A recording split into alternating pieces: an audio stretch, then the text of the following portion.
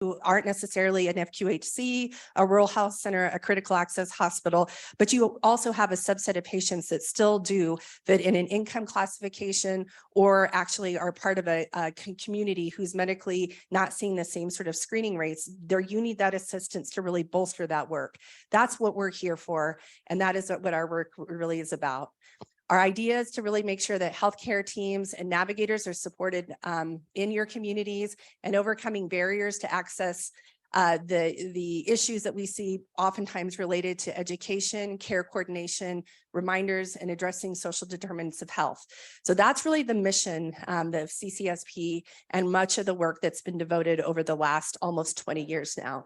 So let me just stop and see who, I think there's maybe one person, or has anybody been with us since the inception of the program, 2006? Okay, Laura, there you are, loud and proud. Congratulations, woohoo! So Valleywide has been one of our great partners. And Laura, I guess, what would you say about the evolution of CCSP over time and what has it meant to Valleywide, if you could share just a little bit?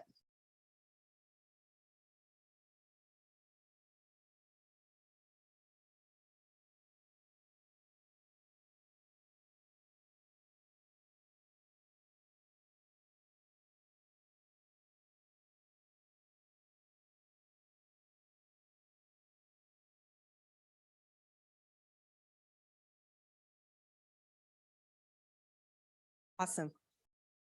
Great. And thank you, Laura, for sticking with it. Valleywide has been fantastic. And I think that you make a really good distinction is I think that we've seen the wave of funding really pay for certain things. And so paying for direct services was something we did before Medicaid started. Paying for treatment is something we did before Medicaid started. We still have issues related to direct services. That's something that's still very much on our radar, something that we're working with our state health department, ACS, the Cancer Coalition, many folks to really think a little bit about that capacity. But the other thing is that we've also really supported the role and function of navigator. And that's something we're going to continue to support, but it's not going to be a direct reimbursement like we did typically. But what I would say is this, right? Both of those things are still a need. We don't 100% have that figured out. So a lot of our work has been talking to the sustainability aspects and how are you utilizing that data to move forward in terms of really thinking about the areas and what are the issues that are still relevant to the clinics as well as things and services that are needed for patients. So again, we'll talk a little bit about the new iteration of CCSP. We are going to be supporting evidence-based implementation where teams can be supported, navigators can be supported, but it doesn't necessarily mean that we're going to reimburse the same way that we had previous, but we want to make sure that that doesn't basically end up in a situation where we're not able to sustain some of the roles and functions that we know are critical. So we'll have some time to talk about that today as well. Okay, let me get around of how many people have been with the program for at least 10 years. So Laura, you did me a solid, right? So we're at 15 plus, not to say 20, but who else? All right, Marillac. I'm Compagre. Okay, 10 years, anybody? St. Joe's, yes. Yep, 10 years. Okay, 5 years? Can you get 5 years? Oh, you know what? Salud was from the beginning, but you're here, Rhea, for the first. And Sunrise? Okay, great. Who else? Anybody? And then if Denver Health was here before the beginning of time. You're right. Okay, good. So yes, Denver Health too. Who is just joined in this last grant cycle recent? Anybody? Just, yep. Okay. Oh, Soraya or Sanaya, your UC Health Steamboat. Okay. And then who's completely brand new? Yes. Okay. We have a couple folks. All right. And you're Monte Vista? Montrose. Okay. And okay, awesome. So this is great. Again, just to see the breadth of number of people. And then,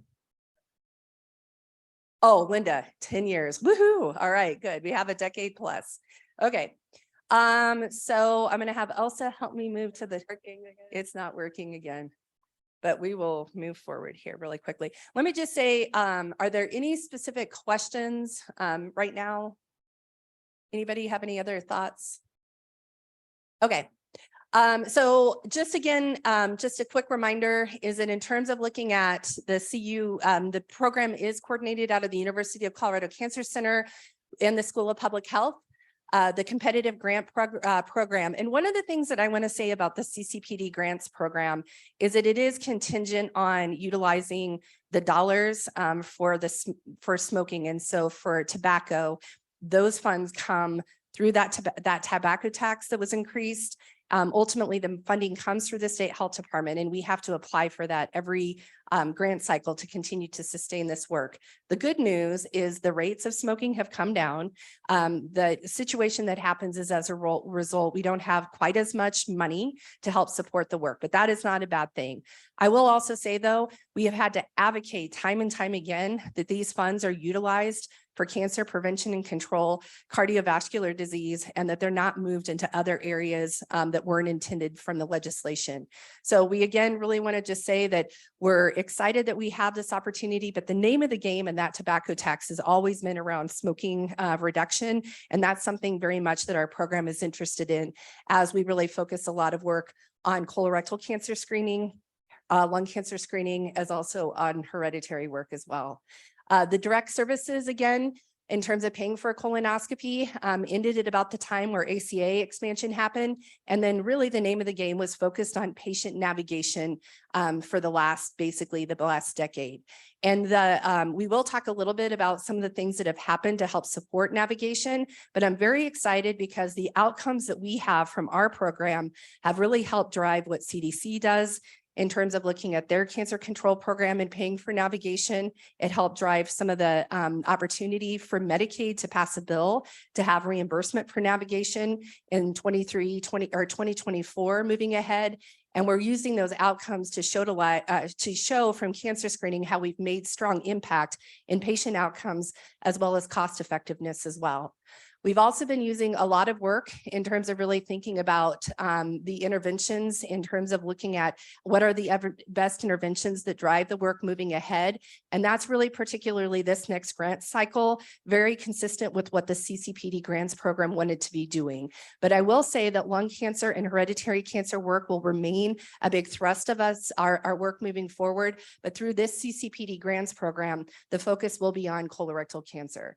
So again, we do want to make sure that from our mission and vision that we are looking at cancer prevention. We are people, we are not body parts independently. So we really want to start thinking about cancer prevention control holistically. Unfortunately, sometimes our granting mechanisms don't necessarily allow us to do that as holistic as we'd like. But the intent of our program and future growth is to make sure that we are dovetailing efforts with programs like the Women's Wellness Connection out of the State Health Department.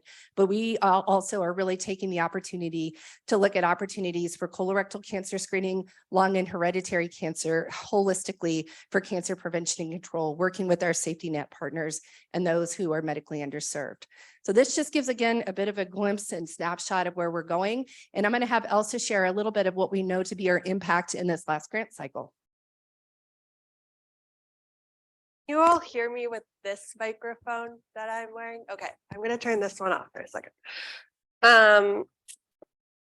So before we move on to the next grant cycle and a little bit more specifics of what that looks like, I wanted to make sure we have a moment to highlight some of the accomplishments and highlights of the current grant cycle that will be wrapping up at the end of June.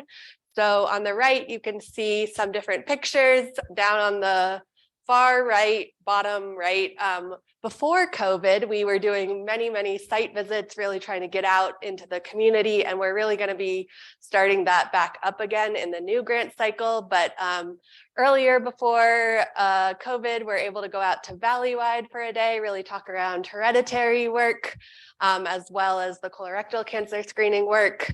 And then, as Raya mentioned, Salud was able to, with all of their navigation work and some of their other work around increasing access for uninsured patients, open up an endoscopy suite. Out at Marillac, they were really doing a lot of outreach, including around March for Colorectal Cancer Awareness Month.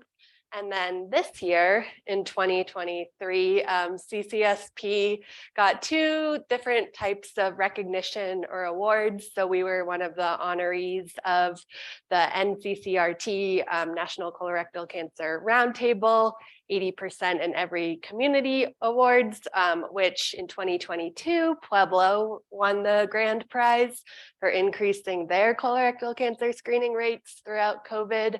And then CCSP as a whole, due to all of your hard work and continuing this throughout all the years and COVID, the whole program got recognized as one of the honorees. And then lastly, up in the top middle, CCSP for the last few years has had the opportunity in March to go down to the Capitol to really highlight the importance of colorectal cancer and early detection and screening for March. So in previous years, we've had a moment of tribute from the Colorado House, and this year we had the opportunity to go to the Colorado Senate, and they really did a tribute during one of the Senate sessions and gave us it. So all of those things, to have those happen, we really have to show the data that's really demonstrating the impact of the program. So here are just a couple highlights of the data from this grant cycle, and these are not final numbers because, as you know, we don't have all of the data yet for 2023. But there's going to be more than 10,000 patients just between 2018 and 2023 from all of your clinic systems navigated into colonoscopy. There was 9,500 or so as of summer 2022. And then in this grant cycle, due to some of the requirements from CCPD, we didn't have quite as much rural participation as we had in previous grant cycles. But really wanting to continue to have that focus. And for the next grant cycle, I can say all of our new clinics and partners that will be joining us are all from rural communities. So really trying to increase that impact again and really help support with meeting you where you all are at. And then we were able in the last fiscal year to really start doing some work around stool-based testing, integrated with the navigation into colonoscopy work that's been long funded by the program. So just up until this point, from the 7 or so clinic systems that have been participating in that, reported that over 4,000 stool-based tests have been administered just through those small capacity building projects, but we'll really have the opportunity to grow those efforts in the next grant cycle, since it won't be restricted to one type of screening test that can be used. But based on that, it's been over 50% return rate, and I think we have a lot of opportunities for growth. I know at times Peak Vista had over an 80% return rate that they've reported to us. It fluctuates, of course, but really excited where that's going. And then Uptown, previously Bruner Caritas, really was our lead for implementation of lung cancer screening. So they were able to navigate over 100 patients into lung cancer screening this grant cycle. And Keefe Memorial Hospital in Cheyenne Wells, where Andy's from, who wasn't able to join us yet, has been doing some work around lung cancer screening on Compadre as well. So they'll have some numbers to add to this for the end of this grant cycle too. And then lastly, of course, we've been working with Ambry Genetics and some other genetic counseling and testing partners around the state to really use those NCCN guidelines to identify patients that might be at high risk for certain cancers and hereditary cancer syndromes, including Lynch syndrome and hereditary breast and ovarian cancer syndrome. And over 1,300 patients have been able to complete a risk assessment. And then for those that are at high risk, get navigated into genetic testing and counseling. So these are the numbers that when we're showing the impact of navigation, we're showing the reach of our work. These really help us gather new funding sources, really keep an eye on the prize, and have all of our partners really want to work with us. And it's so much more than these numbers, but I think we're seeing really good impact and have so much more opportunity to grow in the next grant cycle. And I have the clicker over here.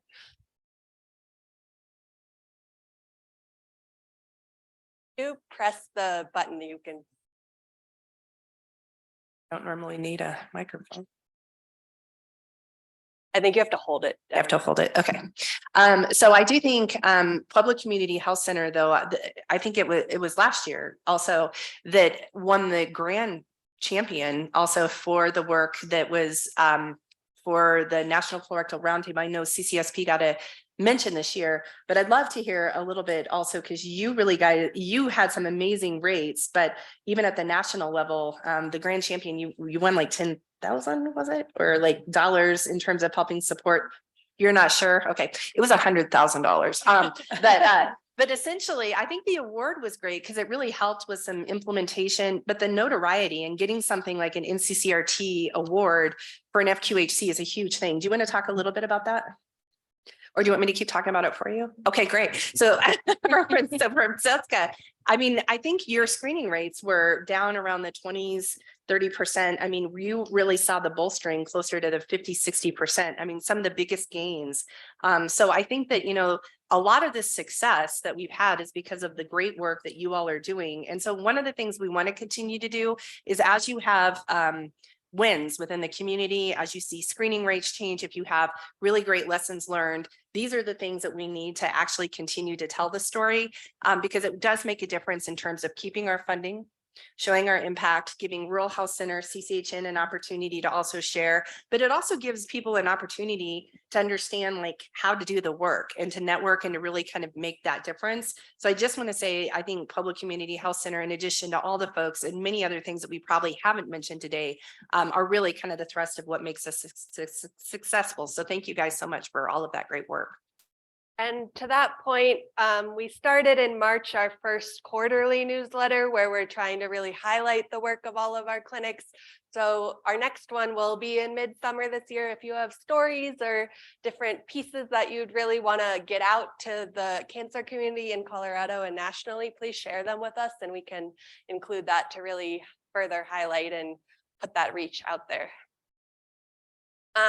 So the current grant cycle, we're less than a month away from wrapping up. So over this next month or so, we really need to just wind down the final reporting requirements to CCPD.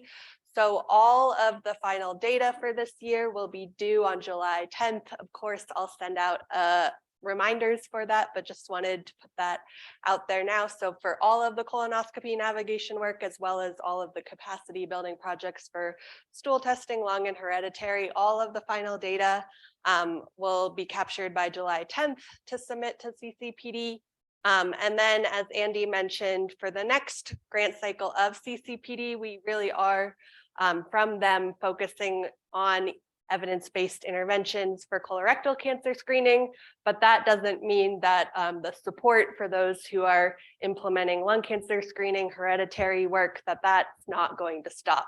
So for lung cancer screening, we really will continue to provide technical assistance as it's helpful for all of you that are currently implementing that work. And also if you're doing a little bit of work on that on the side that haven't been directly partnering us, if you want additional support, please reach out to us and we'd be happy to do that.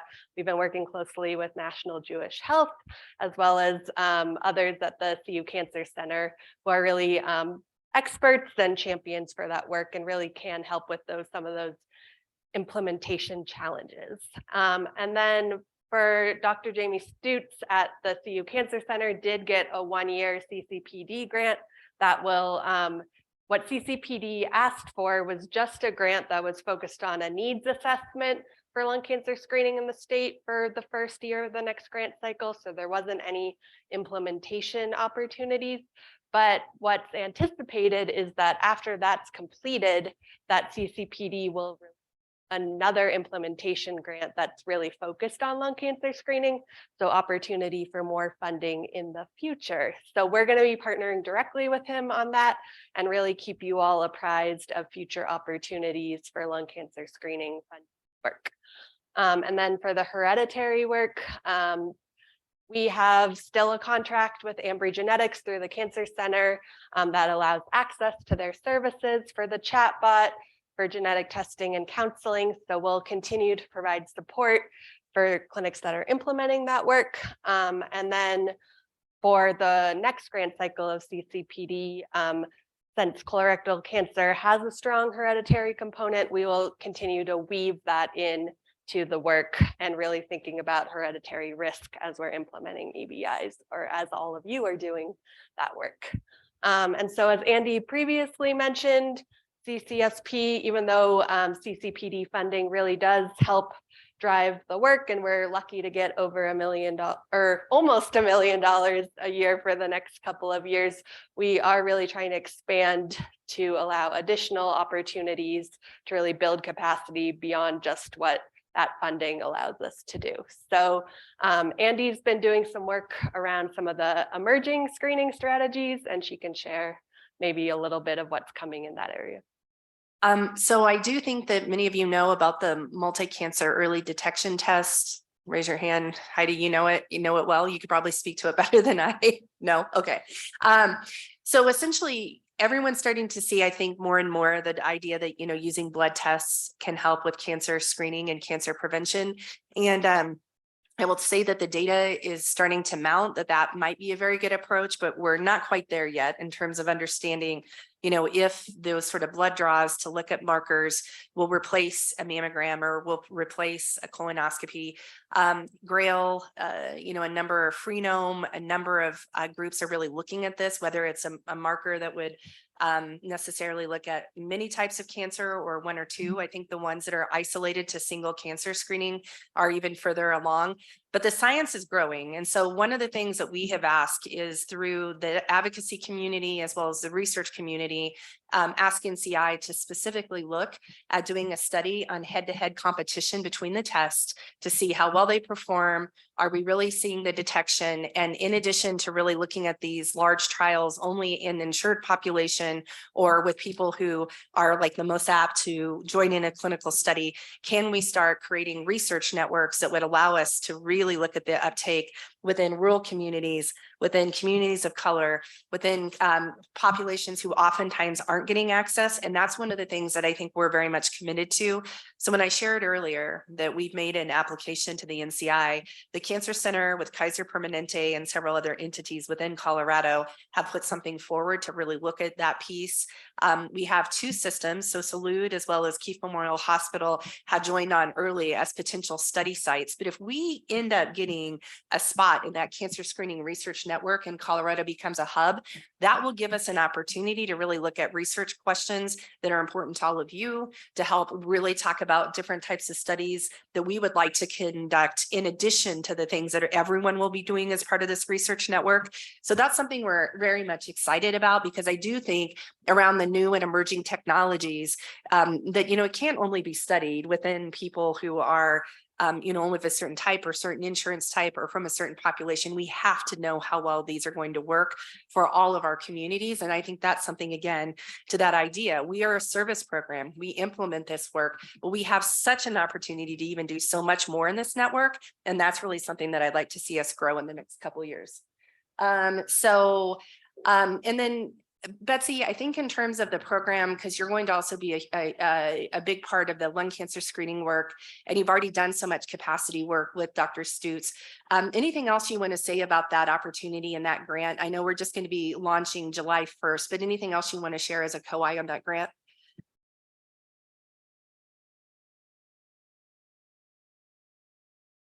Just to emphasize that we don't need cancer disparities to be further perpetuated. As more technologies become available, we want to make sure that they're available to everyone. And so that's really kind of our focus, as Andy said. And the only other thing I want to mention is that also through the Ambry genetics component, with the work we are going to be doing, really looking at the evidence-based interventions for colorectal cancer screening, hereditary and risk is still going to be a big part of that. The biggest impetus for us forming this relationship with Ambry, to be honest, is because they come bearing gifts. And those gifts are, one, they help with EMR implementation of their tool for screening. They actually have genetic counselors who, through our partnership with them, will provide genetic counseling. And through that partnership, genetic testing is paid for. And so if you all are very much interested in part of the work, which we also have some additional support this year coming from the hereditary and genetic through some initiatives that will be coming forward. And Dr. Risendahl might check or share more this afternoon. But one thing that CCSP can do in this next grant cycle is if you're interested in doing that kind of work, please have a conversation with us, because we'd really like to be able to share that opportunity with Ambry to work and partner with all of you. I know that genetic counseling and the capacity, especially in rural areas, can be very difficult, but this opportunity even provides chatbot. It provides opportunity even through telephonic and online counseling. So it doesn't necessarily mean you have to leave Holyoke, or you have to leave Montrose, or you don't have to leave Shinewells, or, you know, Blanca, or wherever you might be. The patients really have access through virtual type opportunities. We have this partnership with Ambry. It is through CCSP and the Cancer Center, but with all of you, that's something that we can really help really facilitate that. So if you're interested, please let us know. I think it's somewhat under-resourced right now, but we are really interested in continuing to grow that resource as well.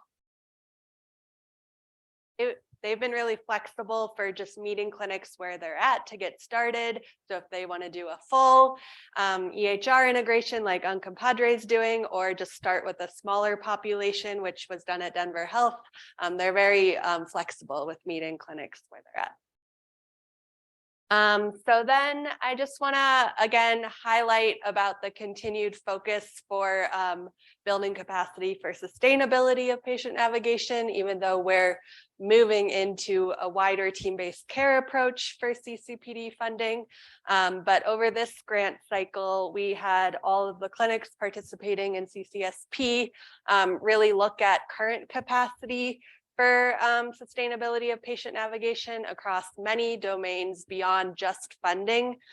So when people think of sustainability of something, of course, the funding is really key and really important, but there's so many other pieces that are really essential to building support and building that capacity. So that includes like your champions, the engaged staff and leadership, the community, wider community, that monitoring and evaluation, making sure those pieces are set, that the navigator role is integrated into workflows and job descriptions and so many other things. So we asked clinics who are participating in CCSP currently to take the PNSAT early in the grant cycle to really look at current capacity, think about a goal that during this grant cycle they could implement to build that capacity. And then of course, COVID happened, but clinic systems, really started to think about that. Many of you were part of that process, starting to work a plan, and then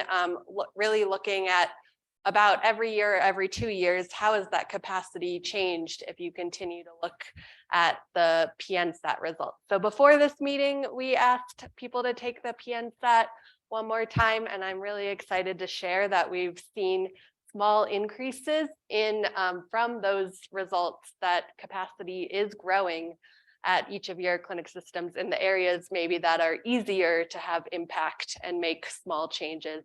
So around those champions, around the workflows, while funding maybe is a little bit more difficult, but there's many other pieces in the works that can really help with that funding piece.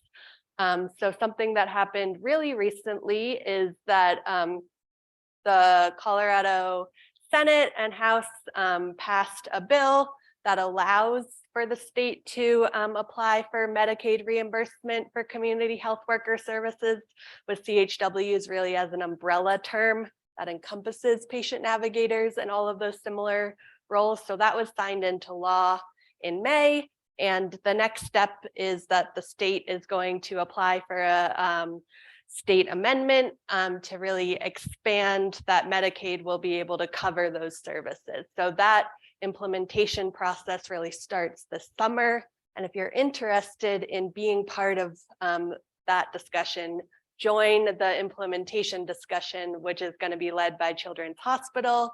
It's on July 11th. I have the Zoom information there, and that'll be sent out as well. And then I'll also have Andy add a little bit more about these pieces, but also there's some other workforce development things in the works. So Colorado, through the PNCT, the Patient Navigator and Community Health Worker Training Program, and Trailhead Institute, and then the Alliance that we work with closely for CHWs and PNs, got funded to train 240 new CHWs with patient navigators as part of that over the next couple of years to really build that workforce. So those who get trained through that program who haven't yet had any formal training for CHW or PN work get the opportunity to go through an internship or apprenticeship to get that field experience.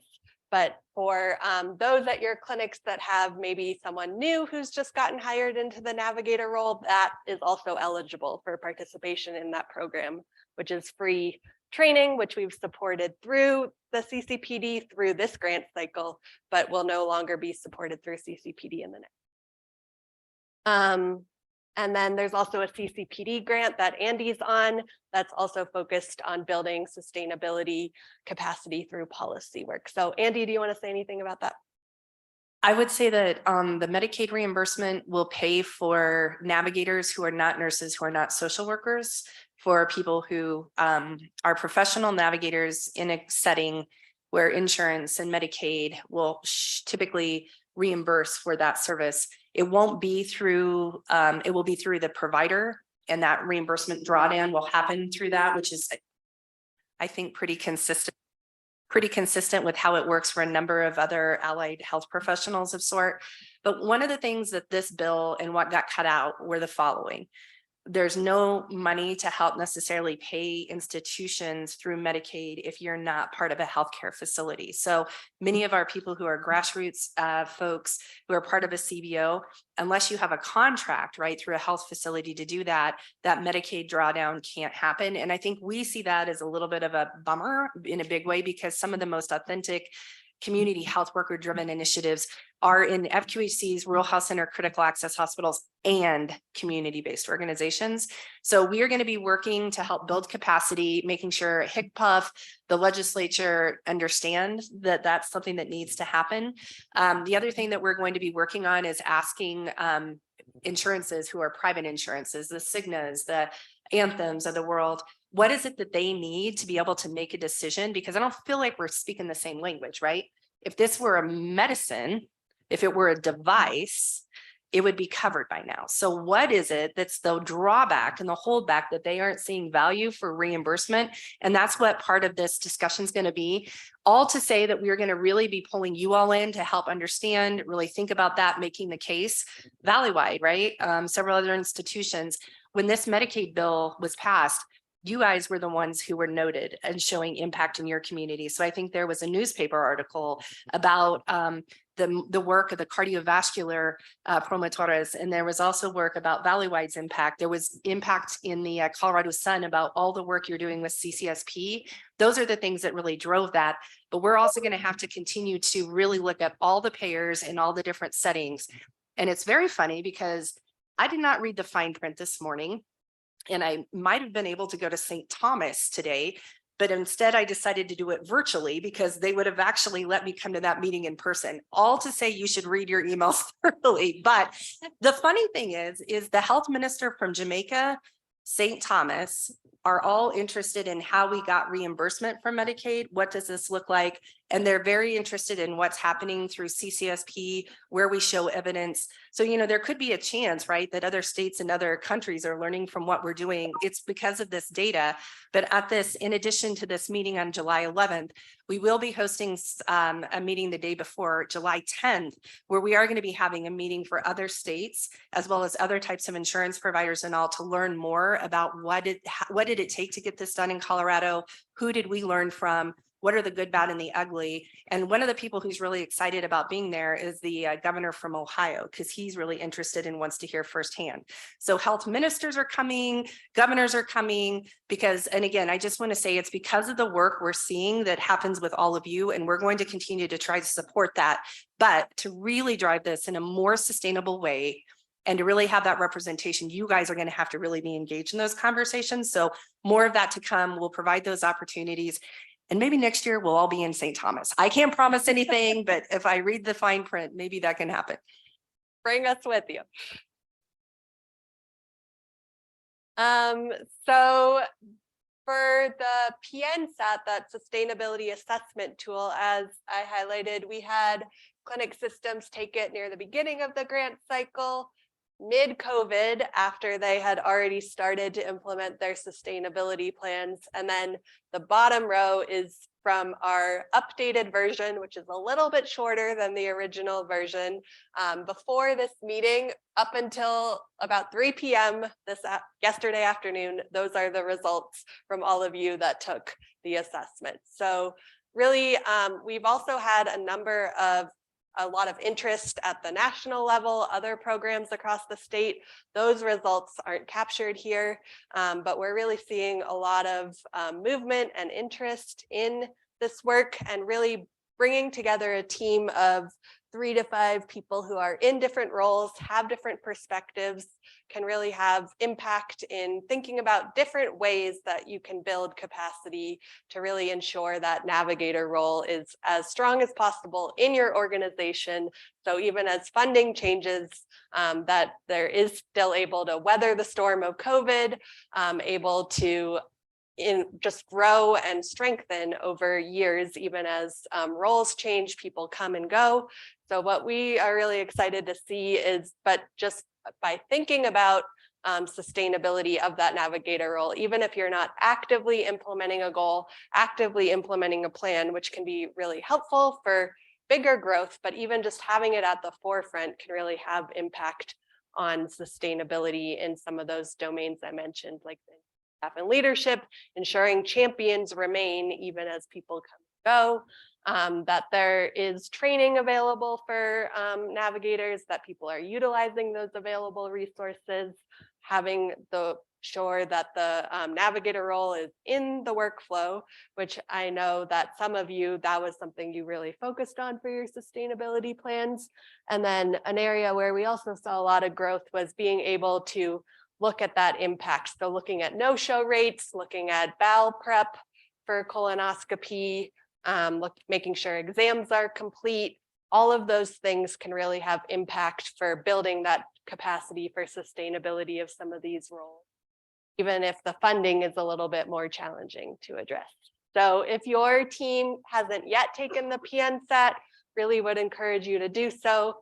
Have different people come together, talk about the results. If you have already taken it as well, see what was similar or different between your experiences of taking it. And if there's any actions, small actions even, that you want to take based on the results of what you see. The numbers aren't the be all end all, but it's really supposed to be a jumping off point for discussion.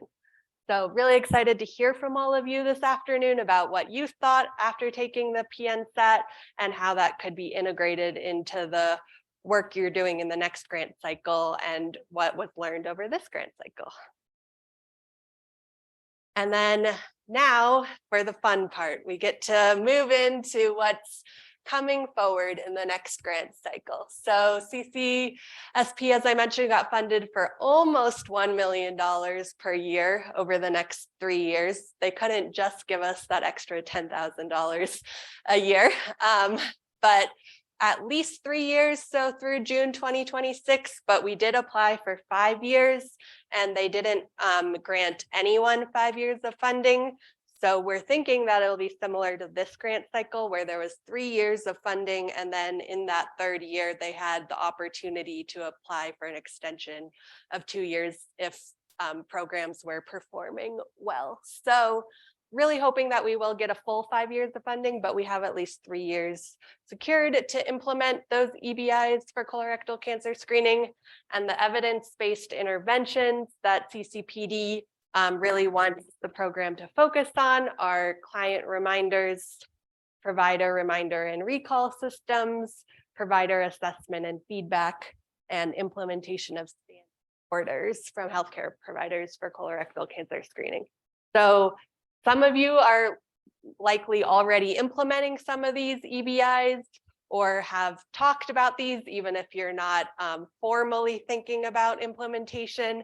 So I think there's going to be an opportunity to learn a little bit more about what's already in place and how you can strengthen and align the work that's already happening to really further drive screening rates. We're working directly with the American Cancer Society team, with Ali and Fiona, as well as CCHN and Colorado Rural Health Center to really help support you all with what you want to focus on, what you can pull upon that's already in place, how to best utilize EHR, EMRs, think about quality improvement strategies, and align with other programs and initiatives that are already in place.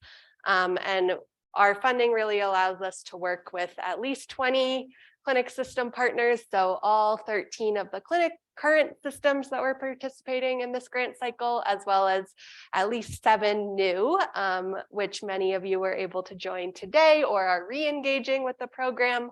And all of those 7 or more so far are in rural and frontier communities. So Andy, what would you like to add? The one thing I think I would just add, and I'd love, Mike and Allie, and then also Corey to jump in a bit too. I do think there's a couple initiatives that are underway right now. American Cancer Society is supporting FQs. We are, and then also we know our colorectal cancer control program, which several of us are partners of that or implementing. One of the things I think we're going to try to do, and one of our deliberate opportunities we're more closely aligned in this grant with everyone, is to make sure we're putting money in areas where we're not duplicating, we're using efficiencies and economies of scale. So I'll have Mike talk a little bit, I think, for the next iteration of CRCCP, if just in terms of like us harmonizing. I know I'm putting you on the spot, I can see it in your eyes, but and then I'm always good I'm for it. looking over here at Allie to say, how are we doing? But also, I think the Cancer Coalition, the transition in terms of the executive director role, we were really thinking a little bit about how that could help support, because we do want to have a statewide coalition that helps support our work as well. Coalition building is a big part of that. So Corey is now joining in as a new ED, who will also be definitely a big part of this work too. But Mike, do you want to talk about CCHN and the CRCCP and just some of the ideas of ways we think this might all really complement each other? Yes, sure. Happy to.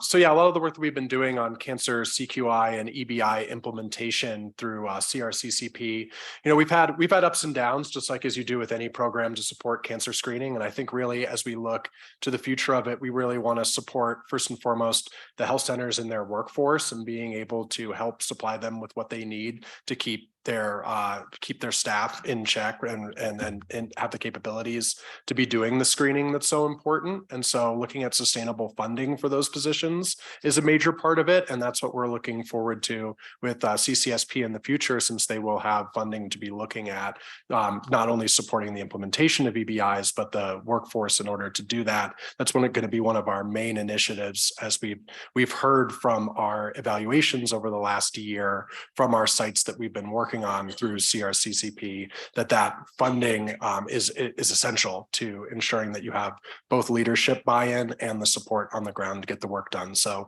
we're really looking forward to continue support with CCSP and being able to work towards those initiatives. And I would say from the ACS standpoint, you can see on the slide, learning collaborative. I feel like that is the new buzzword in cancer screening. So what we really want to do from that perspective is build a learning collaborative for you guys to not only provide technical assistance, but also to be able to learn from each other. So we hear all the time, like, what's everybody else doing? How are they doing this? We're serving a similar population. So I think the way that CCSP has really put this project together to give everybody an opportunity to learn from each other, to be able to share national resources, what's happening kind of across the country too, will be a really great opportunity to add kind of an additional layer of technical assistance, but also that like one-to-many, which from a capacity standpoint, knowing that Mike is one person and I am one person and the CCSP team is small, to be able to work with all of you guys together at one time, I think will be a really great opportunity as well. Right. And I'll have Sarah talk also about our engagement for, as also said, those 7 new, the 10 to 7 clinic systems are really about the rural engagement, which rural health. And then I'll have Corey talk a little bit about, I think the ways that the Cancer Coalition can support too. So Sarah.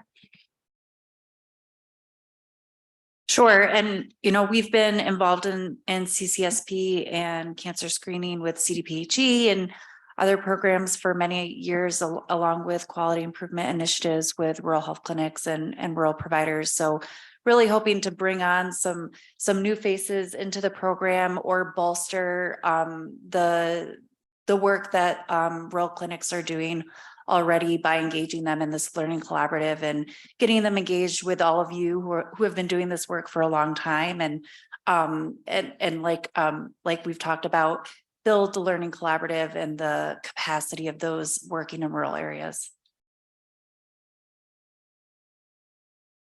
So at the coalition, oh, hello. So at the coalition, we're really working on focusing on rural and frontier areas and making sure that you have what you need, both bandwidth wide, as well as assisting in finding grants, getting you money in general. We have regional cancer networks that we are kind of retooling. What I was seeing when I came on board is that where we can give you money, that's just not always what you need. Sometimes you need the extra bandwidth and the extra hands. So we're really looking at how we can support you and really be of the most help, as well as working with ACS and others on that learning collaborative and being a place where you can come to us and we can help find what you need and point you in those directions, all in support of the Colorado Cancer Plan. So as we're looking at these different initiatives and potential funding and everything else, the coalition is really working toward focusing on what you actually need and not what we think you need, and listening to what you're saying you need. My background is actually in rural health, so I have a good idea of some of the things that you need. And so we're really working on focusing on that and bringing everybody together to see what areas we can collaborate in. So just briefly to further highlight what the structure of the next grant cycle looks like is so that graphic shows the first tier of participation is in that learning collaborative. So we're going to be moving away from monthly CCSP program calls to a quarterly learning collaborative that's co-led by American Cancer Society. So that'll be the opportunity for peer sharing, brainstorming, as well as some technical assistance content, education that's valuable for all clinics that are participating in the program related to those EBIs, to colorectal cancer screening, and to quality improvement strategies. So that we ask that all clinics participate in that learning collaborative, have at least one person, hopefully more, that'll participate each quarter in those learning collaborative meetings. And then if you're newer to colorectal cancer screening work and not quite sure about the EBI implementation at this point, can start with the learning collaborative. And then that second tier is really focused on, out of that list of EBIs, thinking about 1 to 2, hopefully 2, that you would want to implement to increase capacity for colorectal cancer screening and really on increasing screening rates. And so in partnership with Colorado Rural Health Center and with CCHN, we'll also have quarterly one-on-one technical assistance calls for each of you to kind of think about your goal, what your plan is going to be related to for each of those EBIs, what steps need to be implemented, which members of your team should be part of this, what evaluation metrics are feasible to report, and really thinking about a plan for the first year, as well as for at least these 3 years of funding for implementation. And then for those that are maybe have been having a little bit of challenges with capacity or are just new to colorectal cancer screening work in general, the third tier is we have a little bit of extra manpower support from our team. So we're going to be hiring 2 new coordinators, and they can really help work with each of you to move the needle and get the tasks done that maybe just haven't had as much time to focus on. So that can be helping with actual population management, reaching out to patients, working on those outreach strategies, looking at your internal data, and really just thinking about what extra support you need to really implement your plan for those EBIs that you've selected. And there'll be the opportunity to kind of think about where you fit. So we're going to be starting this new grant year with an assessment of all of you, thinking about what work you're already doing related to colorectal cancer screening and EBIs, what the teams look like, what EHR capacity looks like, what the current data you're able to pull or not pull, just so we can help really think about an EBI plan that really fits with your capacity. And so instead of reimbursement on number of people navigated into screening, which was the structure for CCSP in the last grant cycle, each clinic system will get a $10,000 to $30,000 or so annually for implementation of this work that can be used as you see fit. It'll be based on the size of the clinic and the scope of the work. Or if you're just able to participate in the learning collaborative, we'll have a little bit of money for that as well. And I think we're going to probably move to our next panel because we have, in terms of looking at the time, we will be able to maybe this afternoon go into some of the process and deliverables as we hear from all of you too. But we are going to be spending a lot of time this summer really talking about, as Elsa said, the implementation and really looking at those assessments. And I know there's some newbies in the room, so if you want to catch us at lunch, talk a little bit about engagement for some of these CCSP work and how this all fits, that's great. But I do think in terms of the process and deliverables, we'll be able to talk about how that all fits. So let's go ahead and move to our next panel, and thank you guys. And then we'll have a break after we hear from our panelists. And I know this sort of rotunda-like thing is a little funky, but I think maybe if we bring a couple of chairs for our panelists right here, we can get started with our next session if that works. And so give us about 2 minutes to do a quick transition. So if you go to the bathroom, try to be back in the next couple of minutes so we honor everyone's time, and we'll get started here in just a sec. Thanks.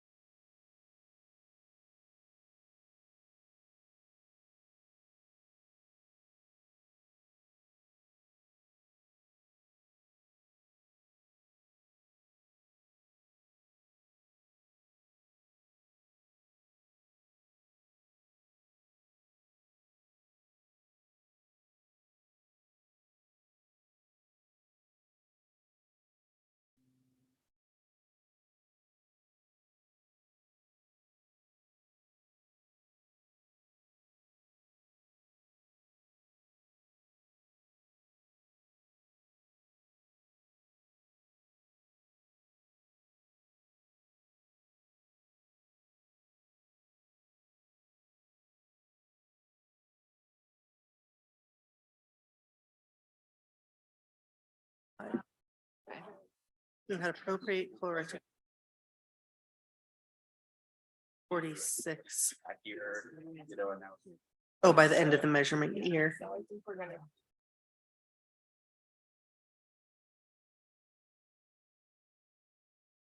I don't know why the difference, but anyway. Yeah.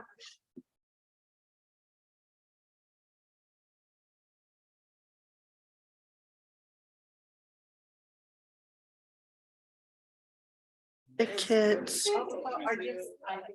Colonoscopy. Nine colonoscopy during the measurement period or the 9 years prior, which is what it's been before.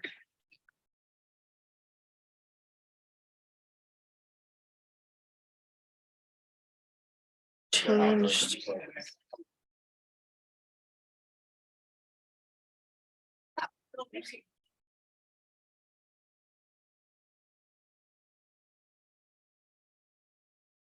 No, I'm about ready to go. Yeah, it's dry.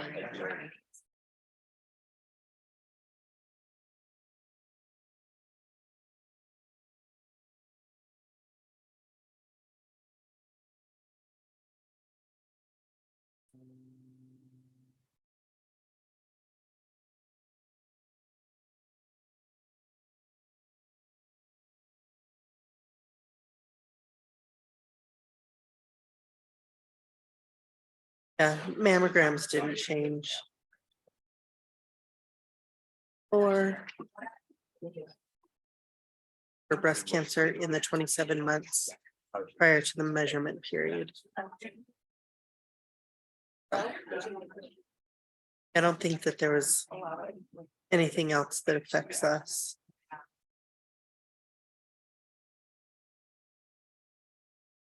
I need to look at the actual manual to see.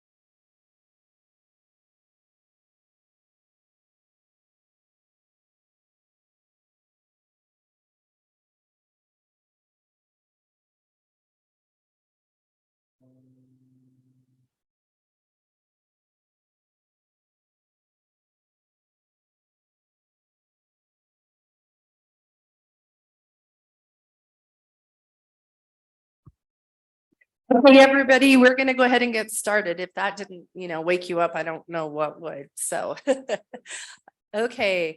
So ladies, would you want to have a seat? Okay. This is fun in the rotunda. I said it was feeling like a Coliseum, and Lindsay told me it felt like more like a UN summit. So I think it's actually a good point. Heidi, do you want to see if you can, I don't know if this will be funky here. So per our discussion earlier, we wanted to have a bit of time to talk a little bit about the impact of the programs, the work that we're doing, but also understand a little bit from the patient perspective, really what, as cancer survivors, and each of you who've been either diagnosed with lung, colorectal, or hereditary, what are some things that I think your experience, what you'd really, again, want primary care navigators to know. And as we're getting ready to do our work, I would have to say that sometimes CCSP hasn't always done a great job of making sure that we're survivor and patient community. So we want to spend some time today to hear from all of you, have some questions, but thank you so much for sharing your story. And I'll have each of you, if you don't mind starting, introducing yourself, sharing a little bit about your health experience, and then we'll get into some. Heidi, we'll start with you.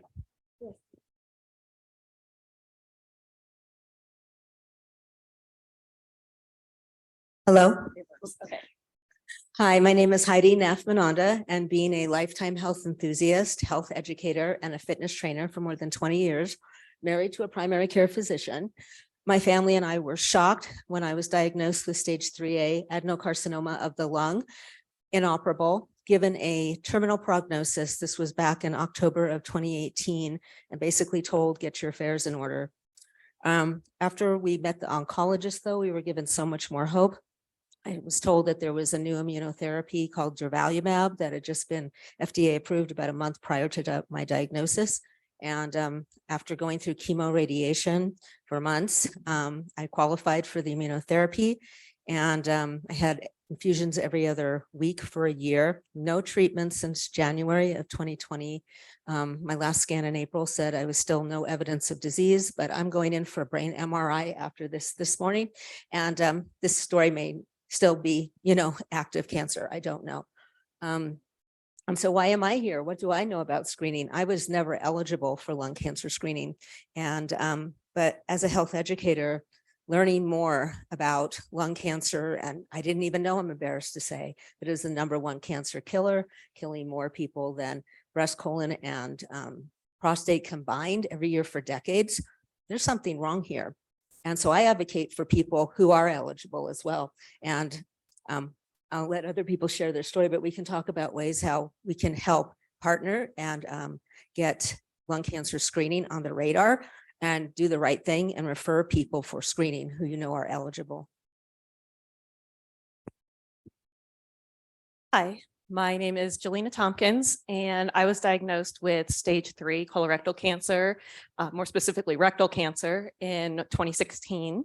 I didn't even know that you could get cancer in your rectum. I was only 3 days shy of my 35th birthday when I was diagnosed. I had no family history. I was healthy, athletic.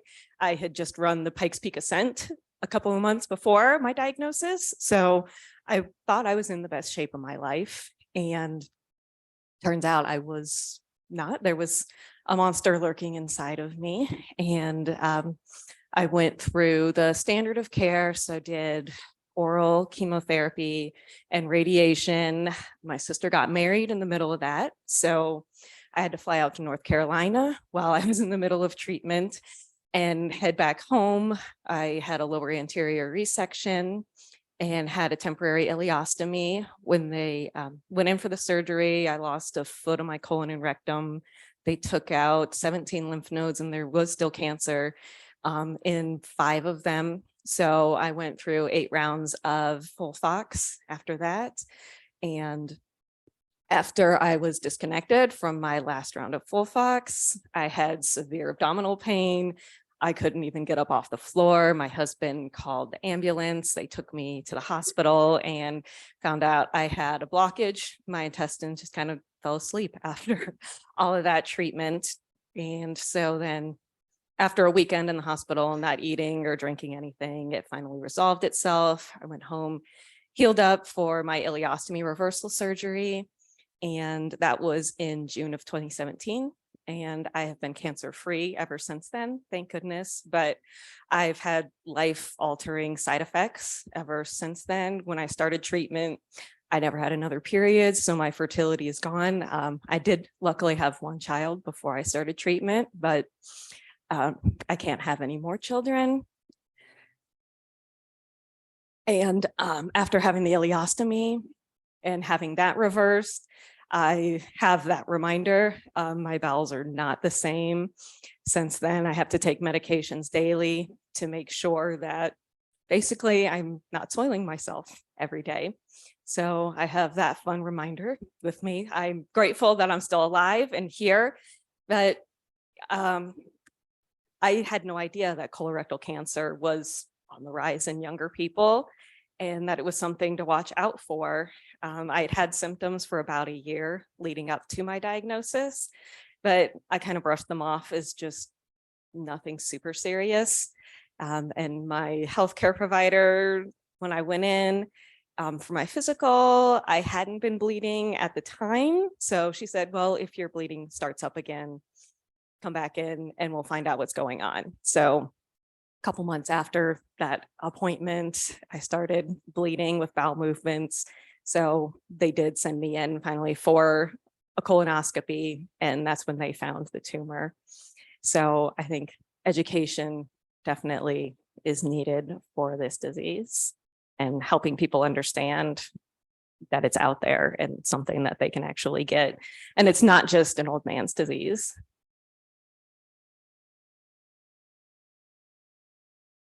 Hi, My name's Tanya Patzer, and you guys. I'll try to do my best here. My father was diagnosed with colon cancer at the age of 46. And then 3 years later, he had it return. So I watched him go through all of that. And he encouraged me over and over again to go in and have a colonoscopy. So finally faced my fears at 40 and went in for my very first colonoscopy. I think one of the biggest challenges for me was finding health insurance that would cover that for being so young. I remember when I talked to my dad that they pulled out a great big polyp, I actually had to go back in to make sure that they had it. He started almost crying because he was happy that it was precancerous, but it was not. So they recommended I come in every 2 years for a check.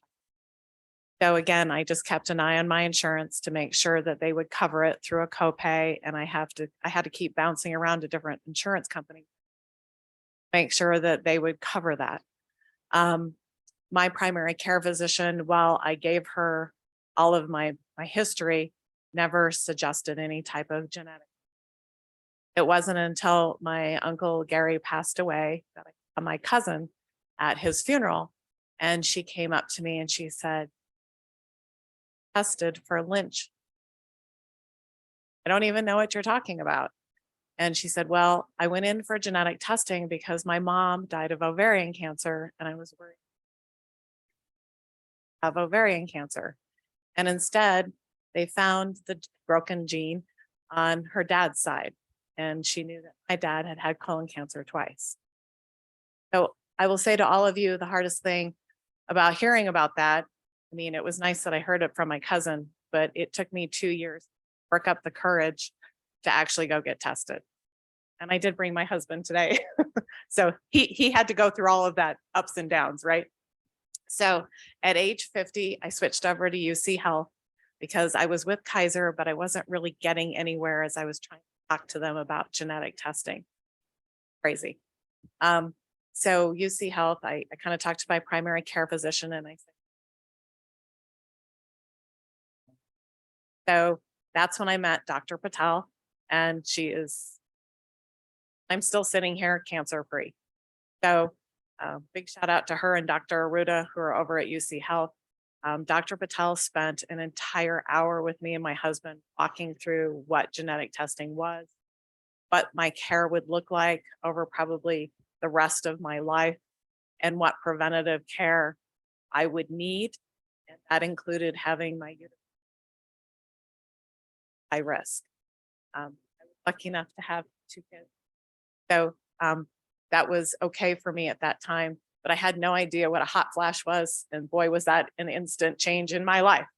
So I will say, as I sit here today and I listen to your story, I watched my dad go through colorectal cancer. While it's hard, I now go through colonoscopies every year to every 6 months. I drink gallons of Colite. Yes, 2 gallons of Colite to get myself cleaned out. It's horrible. My husband has to deal with me being grumpy at least 3 weeks before. But that's nothing compared to what I watched my dad go through. Multiple surgeries. So all I can say to you is have those conversations, what that medical history is. Talking to you, because I find primary care physicians, a lot of times they're already moved on to the next patient. Hard these days to get attention from your primary. So busy, they maybe have 5 to 7 minutes to spend with you, and to get their attention, that may be something. That's my big plea here today. My cousin and doctors have right now saved my life, even though Dr. Patel reminds me every day that when I leave, told me that I'm cancer free, that tomorrow. Or that will be, I don't know, because when you have lymph out anywhere, brain, pancreas. So I go in for lots of checks and I watch myself every day, but I also am grateful to be here.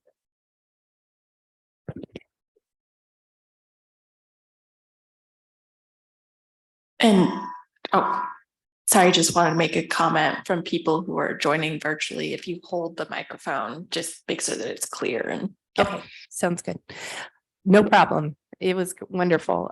So I just want to, because Heidi, I know you have to leave. You're not in a rush. Okay, cool. But I do think what's interesting is Heidi and Angelina both, right? You are both people who guidelines wouldn't have caught you, right? Even with the colon guideline moving from 50 to 45, you were still 35. And then Heidi is a non-smoker, right? There weren't guidelines, no smoking history. There really weren't guidelines, but I think it's really interesting, right? Because we know for lung and for colorectal cancer, both are on the rise in young people regardless. But when you think about the average risk population and guidelines, but you also think about where you are in terms of your diagnoses and people who are here today, right? To your point, Tanya, part of primary care practices, part of communities, that there's a lot going on, but what are the key things that you think are really important for people to know about average risk population as well as where you fit in terms and like what are the recommendations and sort? And then we'll talk a little bit about how you're all engaging in the work in terms of advocacy and the like and what you'd like people to know. But I think from this real, especially where the two of you are really responding to average risk as well as where you fit. Yes, so there's a really, again, like I said, I was embarrassed that I didn't know some of the facts about lung cancer, and neither did my primary care physician husband. We have been taught through institutional messaging very loud and clear that if you don't smoke, this is not going to happen to you. And when this first happened to me, I thought that I was just an anomaly. And then as time went by, wrapped my head around the diagnosis, the treatment, getting through all that, almost a year later, I started to dig deep. And I found out, and you stated quite clearly before, that smoking rates have been declining, for a very long time. So why are lung cancer diagnoses still about close to, 250,000 people every year? So there's something else going on there. And then people say, well, you're only 20%. Well, let's translate that into a number. 20% of about 235,000 people is about 48,000 people who are going to get diagnosed and not know it. Mine was an incidental finding. I forgot to tell you that. I had 0 symptoms. I had a symptom of an ovarian cyst that a very astute OBGYN decided to follow and do some very simple standard blood tumor marker tests that have been around for a long time, a CEA and a CA-125, which were just mildly elevated, kind of sitting on the top of high normal, and decided, I'm not, done with this, let's get a CT scan of your chest, abdomen, and pelvis, and boom, mass in the upper left lobe of my lung and lymph nodes in the middle of my chest. So then I think about, what is the problem here? Why aren't people, gosh, they're screening for lung cancer, low dose CT scans since 2011, 12 years. And the national average screening rate of the eligible population is 6%. In Colorado, so sad, 4.7. Kentucky, about 14%. Massachusetts is leading the way. Why are they doing so much better? So collaboration is really important. We work with these people. We can get you all connected. Dr. Stutz is part of this as well. This can be turned around if you value the lives of these patients. So let's call out the elephant in the room. There's a huge amount of nihilism within the medical community. And I know a lot of physicians, colleagues of my husband's, who I've had these talks with, and they basically say, primary care is very busy. And you know what? These people don't care about themselves, and I'm not going to spend the time with shared decision-making and all of this stuff. They don't care. Well, we have to change that. Behind every single diagnosis, please remember that there is a human story. I have met so many people with heavy smoking histories who I love dearly through this process. They have families that love them. They love their families. Please do not judge. Leave your judgments home. If you know someone, I was hoping there'd be some more primary care physicians here, but I know there are NPs and PAs and people who are navigators.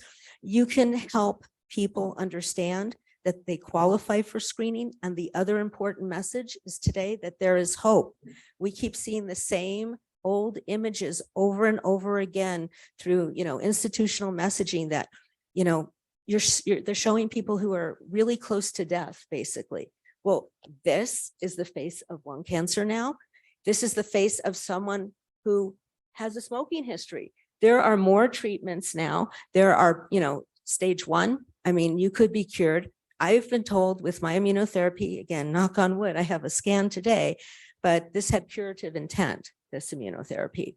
So perhaps people wouldn't be so afraid to get screened if they know there has been a lot of advancement in treatments, and I'm living a very high quality of life.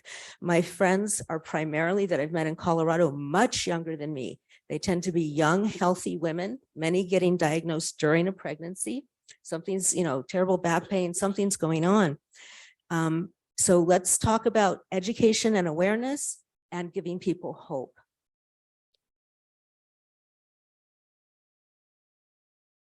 So I think since I was below the screening age when my cancer was caught, I think an important educational perspective for primary care physicians and the patients is I was a healthy person. So my symptoms should have been a red flag that something was going on and that they needed to dig deeper faster. My first symptom that I had was a change in my gas. So everyone kind of knows how their gas kind of smells for the most part. It was more potent, it was stronger, it was different than it had ever been. And so I tried fixing it myself by taking some probiotics, thinking something weird was going on in my gut. And that was when I started experiencing bleeding when I was going to the bathroom. So I stopped the probiotics and I was trying to solve this on my own. And when I mentioned it to my primary care physician 6 months later, they were like, oh, it was just a change in your diet. So if the bleeding happens again, you can let us know. That the bleeding should be a red flag from a normal, healthy person that hasn't experienced that ever before. So having a relationship with the patient and the primary care physician and knowing any little thing that happens, if there's a nagging cough that's coming up, the bleeding, any other symptoms should be a red flag. There's a lot of things that are going on in young people now. A lot of diseases are on the rise, and we need to be proactive and catch these early before they have life-altering side effects. And the treatments have gotten better, and thankfully I was saved, but I've got a lot of life-altering side effects that I'm going to live with, hopefully for another 50 years. But that's a long time. So there's a lot of different things to consider when you are treating young people as well, and how this is going to affect their quality of life for the rest of their lives. I think I'm just gonna say that the other thing you have to watch is my mom and dad still do not believe in Lynch syndrome and that there's a genetic issue. I begged my dad to get tested. Do it for your grandchildren. And he only did the test when he was diagnosed with bladder and prostate cancer at about 8 months left to live. I finally convinced my parents to have the test. My mom to this day still believes all of my dad's cancer was from him smoking. Yet my dad never once had lung cancer. So again, it's always important to maybe look at everything that's happening to the patient and not judge what you're seeing. I still can't convince my mom that I have Lynch syndrome and exactly what that means. But boy, let me tell you, my kids know, and I will be on them as early as I can. And thank goodness my dad was too. As soon as you see blood in your stool, you go to the doctor and you tell them you want a colonoscopy now and say nothing else, but don't let them say no, no matter how young you are.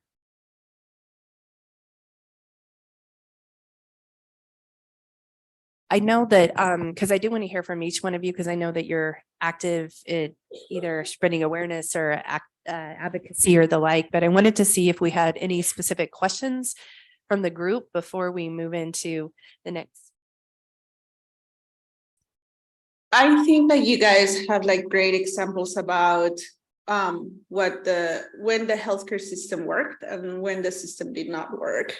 So I'm wondering, like, what are some of your experiences, feedback for us, as you know, like we work with healthcare systems that you wish we could have implemented to support you in your journey? Because if you don't have symptoms, or you don't, if you're too young, like what can, from your experience through this journey, like what can we learn to change what we are doing? With lung cancer, once you're symptomatic, it's usually late stage. And my husband has experienced, as a primary care doc, seeing a lot of young, healthy people with chronic coughs. And lung cancer is generally not on their radar at all. These are, looked at as allergy, and we'll address that with medicines, and months go by and switching medicines and then switching to have it on the radar. Really listen to the patient, see how long this has been going on, follow it up. And in terms of lung, I'm looking at all other cancers where it seems to be prevention is defined as, let's catch it early, let's screen all of you.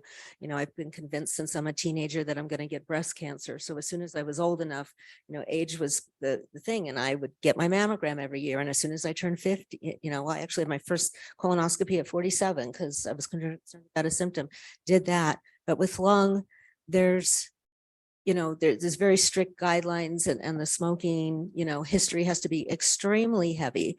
And let's just not assume that, because someone had a smoking history, they're not worth getting the referral, or someone who doesn't have a smoking history.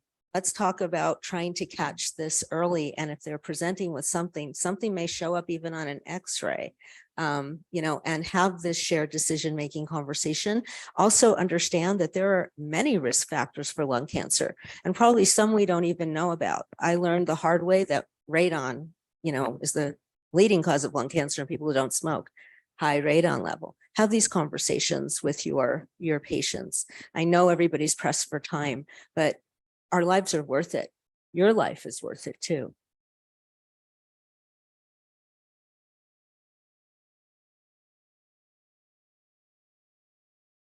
Yeah, that's a difficult question on how to, I think it's raising awareness in the communities and working with the patients to just understand that these diseases are even out there. Like, we don't want to turn everyone into a hypochondriac, but we also want everyone to just be aware of their bodies and what is normal and what is not. And when something changes, the physician needs to dig in and find out. If one test doesn't find out what's wrong and the symptoms are still there, to keep digging and keep at it to find what is going on. And it's not always an easy solution.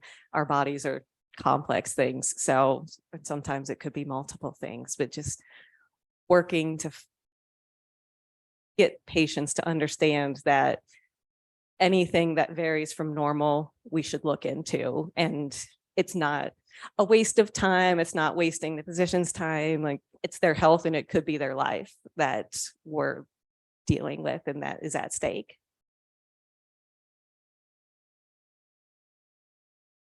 I think what I would say is the challenge for me has been insurance. Being 40 for my first colonoscopy, nobody wanted to do a colonoscopy on a 40-year-old. And so bouncing around to insurance companies meant that I didn't have a primary care physician that was constant. But I would encourage patients to, as you're talking to them, that they're their best advocate. If you know something's wrong, don't let your primary care physician tell you no. Be extremely, well, maybe not extremely, but stand up for yourself. Say that this is what I need. And I got a quote back, and it was going to be $2,500 for me to have a colonoscopy 2 years later. So I waited 6 months and changed insurance companies and made sure that my next colonoscopy would only be my copay of $250. Yeah, that 6 months could have been pretty bad for me if I had actually gotten cancer. But at the same time, I was pretty persistent in knowing that what I could afford and I just kept advocating for myself. So to all of you, encourage your patients to, if they can't afford it, ask them if they have any other options for insurance and when they can change. Never hurts to reach out to their HR person to see how they can also help them, to see if there's a life change that maybe they can change their insurance early, maybe to look at a copay versus high deductible. That also might help them. All I can think of. I have one thing to add. Always think about return on investment, sadly. I mean, the cost for my care, I haven't even added up the surveilling, was $760,000. I have never spent a night in the hospital. I didn't have surgery. This is all the medications. So catching people early, get that lobe out or an entire lung out, you reduce the cost big time. Save lives. You all have the power in here to save so many lives, no matter which cancer it is. So one of the things I want to mention, and we'll wrap today by talking a little bit about how you guys have each involved in patient activation, advocacy, ways people can know, even other patients can with you, but things for folks to know about. One of the things I would say is we had a talk with one of our chief medical officers, and he made a comment, you know, right now lung cancer screening isn't necessarily always on our radar because there's not a metric, right? We're not required to do it. Hereditary cancer, we're not required to do it. Colon, right? There's measures, UDS measures that we are required to do it. But I think the thing is we all realize it's coming and it needs to come. And Colorado has always been a leader. So I think one of the things through this program is we really would like to make sure lung cancer screening guidelines, people are aware. We have those capacity dollars. We have Betsy, we have Patty, we have our team, we have CCHN Rural Health Center, ACS to help us with this work. And so let's be ahead of that, right? Let's not wait until the feds decide that it's a quality metric, the same with hereditary work. And that's something that we are willing to support. I think this point about legislation and policy, you know, many of us can't really lobby. We can provide detail and education to help things like our community health worker bill. But I do think from the advocacy community in Colorado, as well as nationally, we did starting to see reimbursement, right, around follow-up colonoscopy. So if you have a stool-based test that was positive, the colonoscopy sometimes wouldn't get paid for. That's not happening anymore. The CMS coverage, now that if you went in without a polyp but you came out, you're still considered, you know, asymptomatic. So CMS will pay for it. This happens because of your voice, the work that we're all doing and what we're talking about right now. So what I want to just remind everyone here is like we all have the power to help make impact in the leading cancer death, managing patients, being a voice, advocating, helping people be an advocate for themselves. But this data and the information we're talking about, like this isn't a one-off, right? This is coming, but let's get ahead of it so we can help people and then even pave the way for what we want this to look like. Because if we don't define it, the feds and other groups will for us, which isn't a bad thing, but let's really get ahead of this. And I think that's something that we're hoping to share today, that these programs and be a part of it is huge. But in terms of that spirit of advocacy, Heidi, I'd love to hear from you, Jelena, and Tanya, a little bit about like what you're doing and how people can really get involved. And then we'll wrap for a quick break and then head into our next. Thank you, Andrea. So I'm actually a very introverted, private person. My husband is very private. And when this happened and during the pandemic, there were rumors throughout the lung cancer community that if there were a shortage of, you know, staff or ventilators during the pandemic, that lung cancer patients were not even going to get triage because we were people who didn't care about ourselves anyway. So anger started to grow in me and the community. We started to approach our cancer centers. What do you plan to do in November of 2020 for lung cancer awareness? And basically we were just getting dismissed. University of Colorado was quite nasty to me and told me that there were white lights in the parking lot that they turn on every night. And doctors wore white coats, and therefore that was enough awareness opportunity. And I, you know, blew a gasket that day, and I asked my husband to please make me a big giant white ribbon that I could put on my front door, so I could scream to at least my community, the delivery person, that I had lung cancer and I wasn't ashamed of it. And here's what it's like. So very long story short, this became viral very quickly because there was a picture that got put on social media. And it's around the world now, 33 countries, all across the United States. And we are building ribbons. We are building community because of HIPAA. You won't tell us when there is a patient who needs to find a peer There's very few support groups directed at people with lung cancer. General support groups, I have to tell you, they don't go over well with people with lung cancer because they know that they are stigmatized within the cancer community. They don't feel comfortable. So Kaiser Permanente is where I was treated. They have a lung cancer support group now. It meets virtually. There are major advocacy organizations that also have these. You don't have to reinvent the wheel. You can refer them to Longevity or the Go-To Foundation, and they have these resources. So we, collaborate with everyone. The public health department here has been incredibly helpful with helping us get the word out. And we travel around the country and we get cancer centers involved. Just this week, I had a Zoom call with a nurse navigator from a rural county in South Carolina. They are very, very excited about this. This year, Skyridge, where I have my radiation treatments, hosted the first ever lung cancer survivors breakfast. And we had 25 patients meet for the very first time who have been treated for a long time. So like I said, there's hope, we're kind of around, who had never met each other. And so some relationships grew out of that. And we're headed to Sweden next week to help a screening program get on the radar there. We have labels in my suitcase that are written in Swedish. So we are happy to partner with anyone in here. We recently we're called the White Ribbon Project. It's a 501c3 nonprofit. We have a website, thewhiteribbonproject.org. We are happy to help you get this on the radar in your communities, and also the messages of hope. That is the key. So I got involved with the organization Fight Colorectal Cancer. I found out about them after I was diagnosed and was trying to find information because, as I'd mentioned, I didn't have a family history of any kind of cancer in my family. So I had no idea anything about it. And Fight Colorectal Cancer at the time was the only organization that I found that wasn't just colon.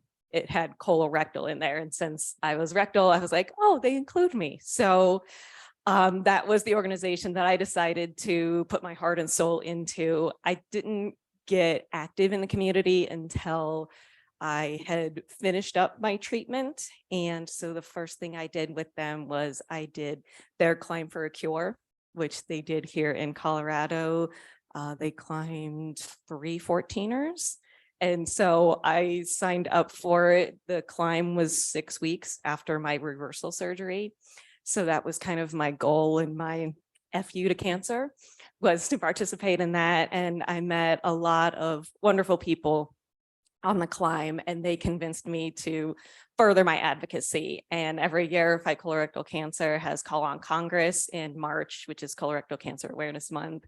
We go to DC, we talk to our representatives and advocate for more funding for research for colorectal cancer. The first time that I went, we were advocating to close the loophole where Medicare would not completely cover colonoscopy. So I've been going and doing that through my journey as well, trying to connect with people. There wasn't a colorectal cancer support group at our cancer center. They had breast cancer or just general cancer. They didn't even have like a young adult cancer group. So I searched online, searched hashtags on Instagram, and connected with a lot of colorectal cancer survivors on there and met lots of people on there and just trying to find information and other people that were going through it. There just wasn't a whole lot. When I searched like breast cancer, there were millions of hashtags that had been put in posts, that for like rectal cancer, it was maybe 500. So I kind of made it my mission to increase awareness while I was going through and sharing my journey so people could see there are young people that are going through this, and those that are newly diagnosed could connect with someone that's going through it. Once I finished my journey too, and it kind of got a little ways from when I was going through treatment, I was like, well, people are still reaching out to me, but it's kind of hard for them to kind of see what my journey was like while I was going through it. So I started a YouTube channel called Life as a Cancer Survivor. And I've got about 75 videos on there right now. And I went through each video is like one step of the journey. I have a video on my symptoms, a video on my diagnosis, one video on the oral chemotherapy, one on radiation. So people can get detailed information about what it really is like, because that's what I wanted to know when I was going through treatment is what is this going to be like? The doctors can only say so much on how it is. And there were some videos, but it was like a 10-minute video and that covered beginning from their diagnosis until all the way through the end of treatment. And like, that doesn't really give me a good idea. Like when I'm going through full thoughts, like what are people drinking so that they stay hydrated, because you've got that cold sensitivity and it feels like you're swallowing glass, even when you're drinking room temperature water. And so just those little things. And I have helped so many people through my channel. I've connected with other survivors and I've got interviews with other survivors as well on the channel to talk about their experience with it, different stages, different treatments that are available for all stages. So that's kind of been my advocacy journey. So I think my advocacy journey is just starting. Dr. Patel has invited me to come to a conference actually here at Anschutz in September to meet the gentleman who found Lynch syndrome. So I'm hoping to connect. Currently, I just try to educate every single person I meet, because what I hear is I would never have genetic testing, because that means I'm going to be labeled and I'm going to have a pre-existing condition. And if I change jobs, if I change insurance, I'll never be covered. So I think I still have a long ways to go. I'm inspired by both of you immensely. I tell everybody I meet, I know it seems strange that I have Lynch syndrome and they give me the strangest look. And I just say I'm predispositioned to have cancer. And they're like, well, what does that mean? So I think just educating one person at a time. And if it means that I can help one person, that's where I'll be. But I'm grateful for Dr. Patel to keep pulling me into all of these talks. And I told her I'll keep helping as much as I can. And hopefully we can raise awareness for what Lynch syndrome is. And people will not be afraid to be tested. But I do want you all to know that once you're tested, you cannot get life insurance. So the one thing that they told me is to get life insurance before I was tested. And every single month, I verify that my payment has gone to my life insurance company. Not really obsessive about many things, but that is the one thing I watch very, very closely. So thank you all.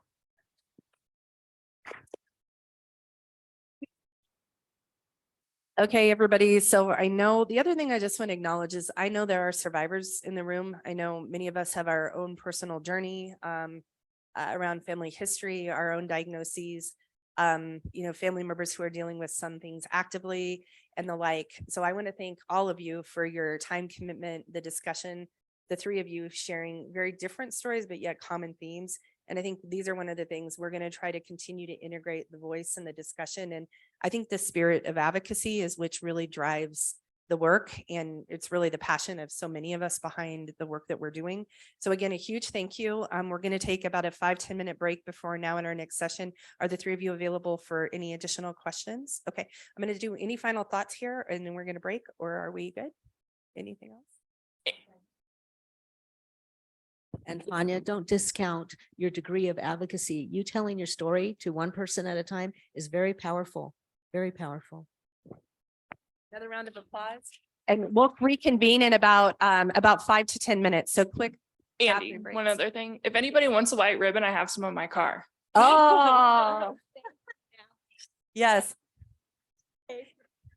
That's right. And that did not win you the trip to Sweden. I'm already talking to Heidi about that. So yes. All right. So awesome. Let's go take a small break and then we'll be right back. Thanks, everybody.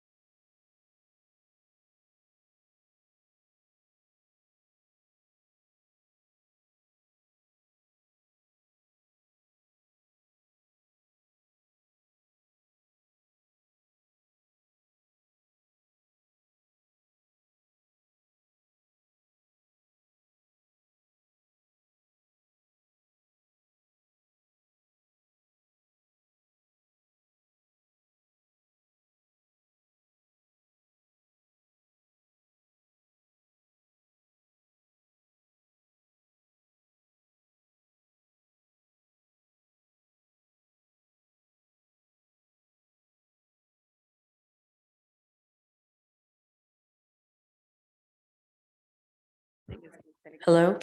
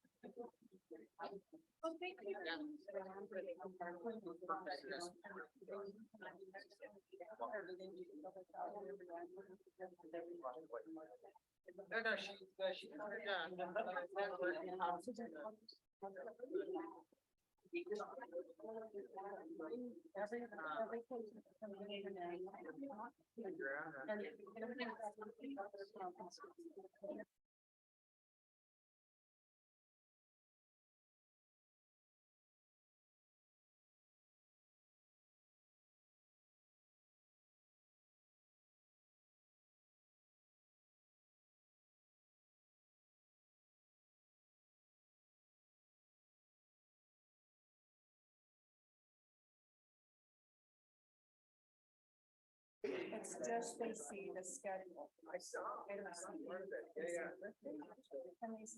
We're going to go ahead and get started as people are coming back in.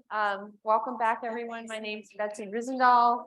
With me today are some people from our team from the Cancer Prevention and Control Research Network, which is a CDC-funded initiative of the Prevention Research Center program. Oh, thank you.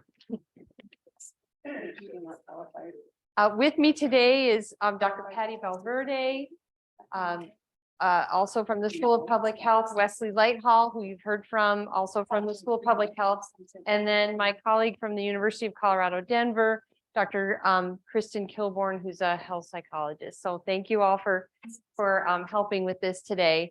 I wanted to take a moment to just acknowledge that so much of the time we talk about other P's of program and policy, right? And population, but it was so wonderful. And thank you again to the survivors for sharing their stories today, because it really makes it personal. And I think the only thing more powerful than listening to them was watching you all with the kindness and respect that you showed to them too. So thank you for that. Excuse me, allergies like everyone else at this time of year.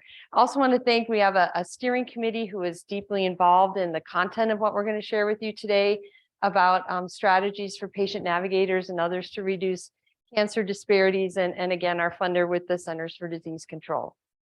So what we want to do with you today is have some fun. Other than thanking the survivors, I think the most important thing I have to say is that I have candy. And so we'll be trying to make this interactive and be tossing out some candy to you all.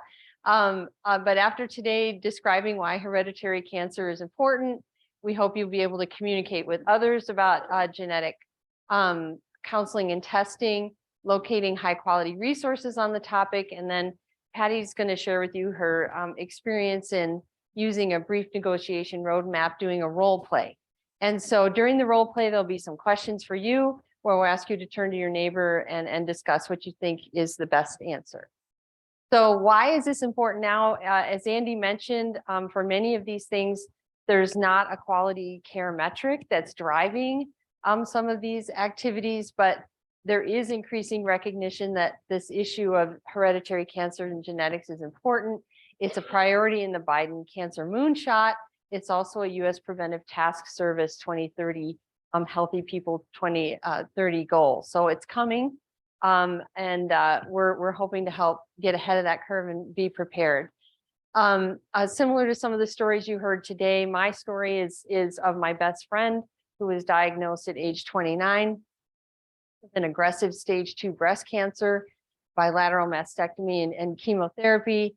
Her father was diagnosed with breast cancer. So right there's two hallmarks of a hereditary cancer that were completely missed for her in the healthcare system.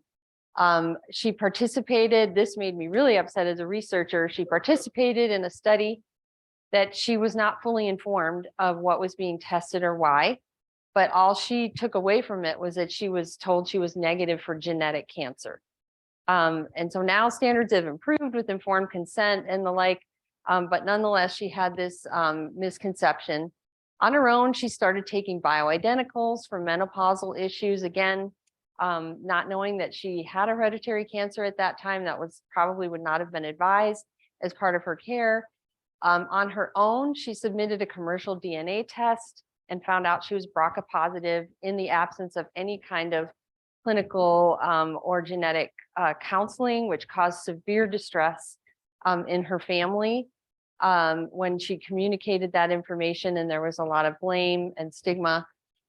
Then she was diagnosed with ovarian cancer and underwent surgery and chemotherapy, and now she's cancer-free. But again, many missed opportunities in the healthcare system that early intervention could have really helped. So we first want to just for fun, test your knowledge on some of these things. What proportion, and you can just shout out the answer, of all cancers do you think are due to hereditary cancer and or a familial syndrome? That's it.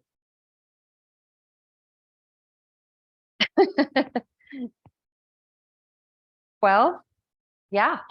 So it was kind of a trick question. So thanks for guessing. So about 5 to 10% we think are due to a known gene, but then there's another 25% or though that are related to a familial syndrome that they haven't yet identified a specific gene. So it's really more people than you think.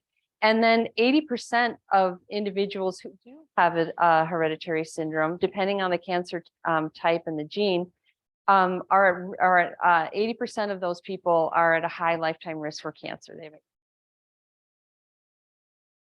So it's really important that these individuals get identified early and are followed. Yes. Yes. Yeah, so people will undergo hereditary cancer testing to see if they can find a specific gene. But sometimes they don't find a specific gene, yet you observe a cluster or a pattern in families that they haven't been able to yet link to a specific gene. And so those people could also benefit from enhanced surveillance and some prevention strategies, even in the absence of knowing a specific genetic component. Good question, thank you. So true or false? Do you think the difference is, oh, I forgot the candy. You could, if you want, yeah, thank you. Our 12% guess over here. True or false? Differences in the prevalence of hereditary cancer gene account for much of the observed cancer disparities. True or false? False? That's correct, yes. The difference in the uptake of genetic counseling and testing can contribute to genetic testing, but really as far as underlying differences in the prevalence of something like the BRCA gene have not been demonstrated at this time. So again, another reason why we need to try and get all people into services that they could benefit. What percentage of people diagnosed with colon cancer before age 50, again, a hallmark of a hereditary or familial syndrome, do you think have received genetic testing for Lynch syndrome? Pardon me? Very low, yeah, it's about 30%, even, and it's higher than 5%, which is good, but there's still a long way to go. And in breast cancer, it's around 50% of people with a suggestive history. Counseling services, but again, there are differences in the uptake of these services by many of the factors that contribute to cancer disparity. And then there's a lot of conception that a lot of beliefs that having these discussions is really hard and can be harmful to patients, and that can be an important barrier. So what percent of people do you think report experiencing a benefit in family communication following a discussion about hereditary cancer?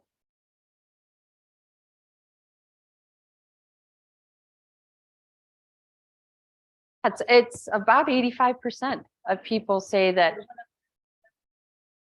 Oh, thank you. Yeah, close. So more people than you would think do actually report that their family communication improved after having some of these discussions about hereditary cancer. Okay, so if some of this information took you by surprise, we want to just also mention that there's a new free asynchronous micro-learning or educational program that's easily digestible segments available on Patty's website with the Patient Navigator and Community Health Worker Training website.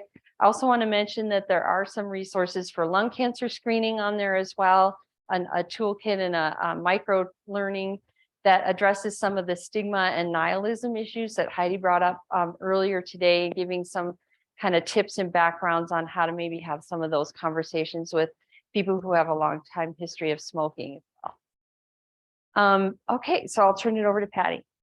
Oh, I'm doing this. Thank you. All right. So why do people not get genetic testing or even see a genetic counselor? What did you hear from the panelists that just spoke? What are some of the barriers that you heard? The cost, yes. They're unaware of it. Insurance, the possibility of insurance not covering it. What else? Fear. Fear was a big barrier. Any other? Life insurance. So if you know that, hey, Mike, I just realized that was you. If you know that insurance is not going to, or you'll be ineligible for life insurance, then certainly that's a concern. So there are a couple other reasons that are listed up there, but many of them are also related to, the common barriers that we face when working with preventive care. Why go looking for it? Ignorance is bliss. It's not going, I'll deal with it when it happens. But, as Betsy mentioned, we know that conversations do help and can help the family members that are potentially at risk as well. Next slide, please.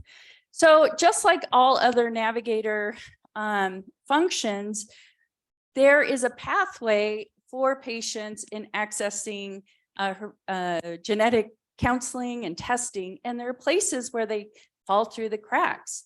And so in this model, and this is in that training program that Betsy mentioned, you'll see some different places where their patient is being referred to a place. There's an assessment about need for genetic testing, but there are a number of places where we know patients can fall through the cracks, or that fear gets the better of them and they're not going to follow through. So it does require navigation. Navigation can support people through all the different steps in order to access genetic testing, if that is what is ultimately needed. All right, we also know that there are a number of system barriers for patients accessing treatment testing. So it's the lack of resources in the clinic or the provider office. There's also some issues around, well, whose job is it to discuss this and refer on and support the patient in accessing genetic counseling? There may not be a way to track it in the medical record. So some people might not receive the recommendation of genetic counseling like they should. Also, not all providers and clinics feel adequately prepared to have those kinds of conversations with patients. And so that can be a barrier. And then certainly, where do you send them to? We don't have that many genetic counselors, and especially genetic counselors that speak other languages. So what do you do when you have a patient and you're not quite sure where to send them?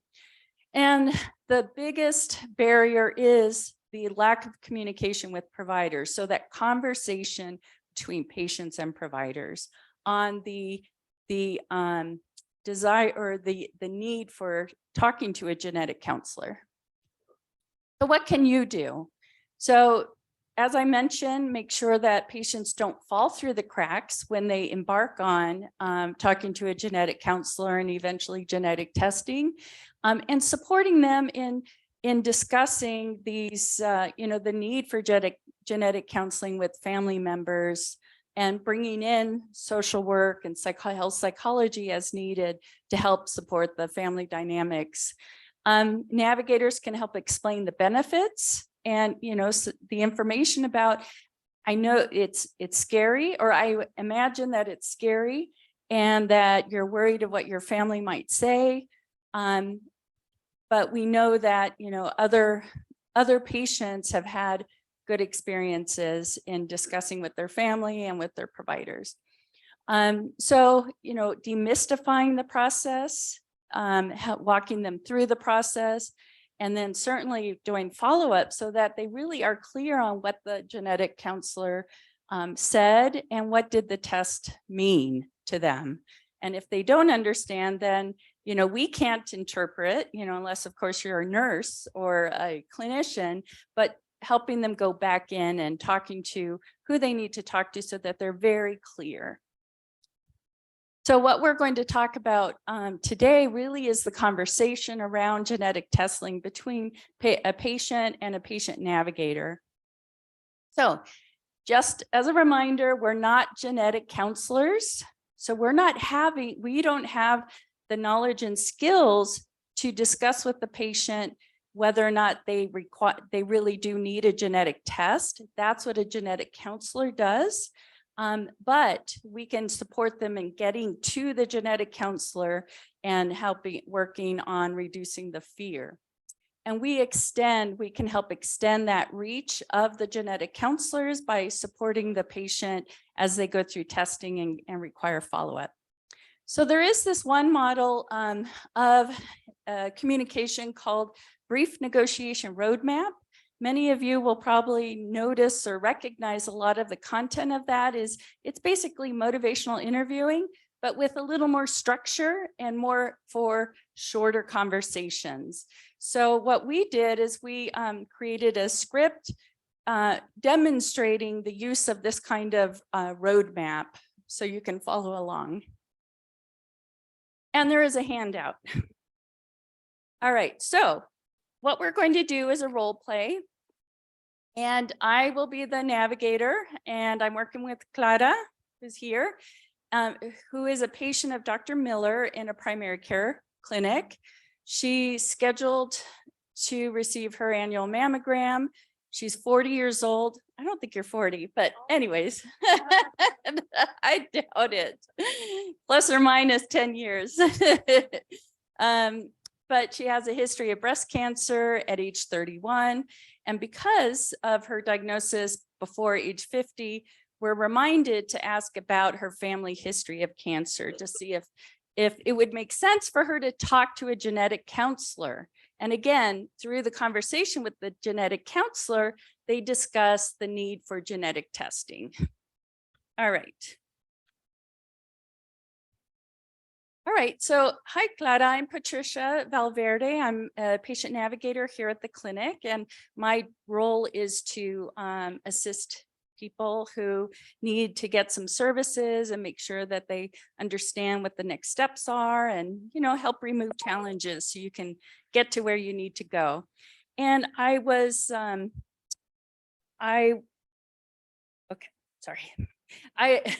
today we have a community health worker training just down the street. And so we were going over a capability statement. Do you all remember that? Capability statements? So I got stuck in my capability statement. Okay, so I've been asked by your doctor to talk to you about meeting with a genetic counselor. And I'm not here to convince you to do anything, but I just simply want to discuss your thoughts and understanding of genetic testing. So I'd first like to hear, what do you know about the history of cancers in your family? Would that be okay if we start there? Yeah, that's fine. Well, my father's mother died of breast cancer at age 33, and her father had prostate cancer at age 45. I don't really know of any other relatives with cancer. Great. Okay, thank you. So what I heard you say is, 2 people in your family who have had cancer. And I see that you had breast cancer at a pretty young age, and your grandmother too. So who have you talked to about genetic testing or receiving genetic testing results? No one, and I don't really want to open this again since I've been doing fine and I want to forget about it. I do wonder about genetics sometimes though, and my kids and my sister's kids. She has 2 girls. I don't know how I could talk to her about this, and I think she'd blame me for not getting tested earlier. Okay, so you're worried that your sister will be angry with you, not because you got the test, but because it took you so long to get it done. Yeah, that's right. All right. So it sounds like your sister probably sees some benefit to talking to a genetic counselor and potentially getting a genetic test. How about you? What benefits do you think there are to seeing a genetic counselor if any? That's a good question. I have thought about it before when it was mentioned to me, but it's kind of like I don't want to know because of my family. But I don't want to know because of my family, but I also I don't want to know. I'm not sure that I'm making sense. Yeah, I understand that you're worried that what this would mean for you and your family. But I also hear you saying that it could really help your family plan for ways to reduce their own risk for cancer. Going to a genetic counselor can benefit not only you, but the whole family. Did I get that right? Yeah, that's it. All right, so I have a question for you that uses a scale on a scale of 0 to 10. Do you all remember? Do you remember scaling? Okay. We taught this in navigation, or MI. So on a scale of 0 to 10, with 0 meaning not at all ready and 10 meaning extremely ready, how ready are you to schedule an appointment to talk to a genetic counselor? I would say a 5. Yeah, I guess a 5. Okay, and why a 5 and not say a 3? Well, because my nieces would have a better idea of what to do to prevent cancer and not be surprised by a cancer diagnosis like I was, I guess. So you really know that this is important and you want to keep your extended family healthy and free of cancer. All right, so scene.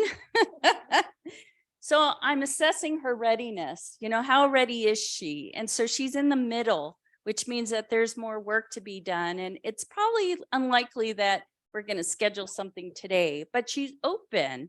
She's seen some benefit, you know, but she is scared. So what I'm just doing is using those good listening skill, I hope good listening skills, lots of reflection. So that way she knows that I'm hearing her.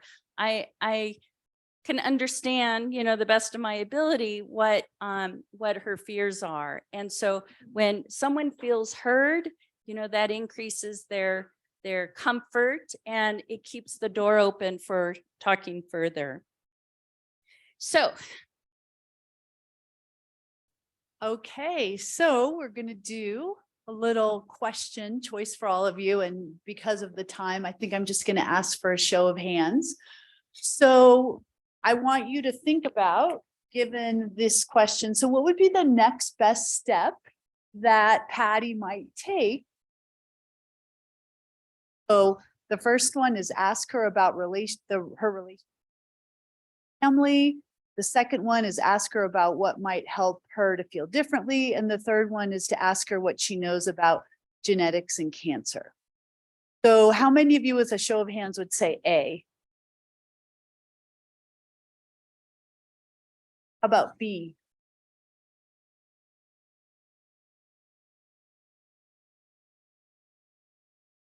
Okay, great. So interesting. I mean, these are all really good questions, but the most correct answer would be B.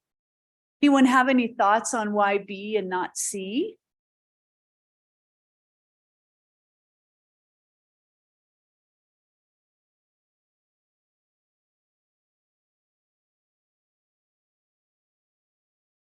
Exactly, great. So it's really like all of these are great questions, but better to go to her first and get an idea of for her what could help her to feel differently rather than guessing, even though we might have some talk a little more about how to kind of tailor. Thank you. And remember, this is a brief negotiation roadmap. So, it's like a brief MI. If you had an hour and you were doing a full MI session, you probably would explore her knowledge and all of that. But this is more brief and kind of more to the point, I guess. So, all right. So now, Clara, what would it take to move from a 5 to say an 8? Let's see. Well, when I think of genetic testing and talking to someone, that seems scary and I don't understand it. What is the actual genetic test? Then what happens next with my doctor and with my family? I guess I have a lot of questions. Yeah, that's understandable. You're not sure what happens in an appointment with a genetic counselor, which makes you worried. And you also feel more comfortable Or if you felt more comfortable talking to your sister about genetic counseling, then you think you'll be ready. Yeah, that's true.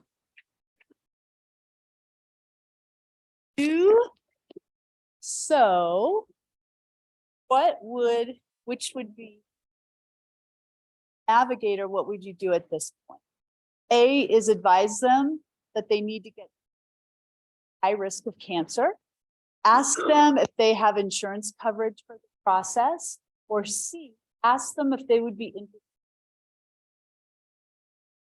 Show of hands, how many would say A? How about B? Ask them if they have insurance coverage.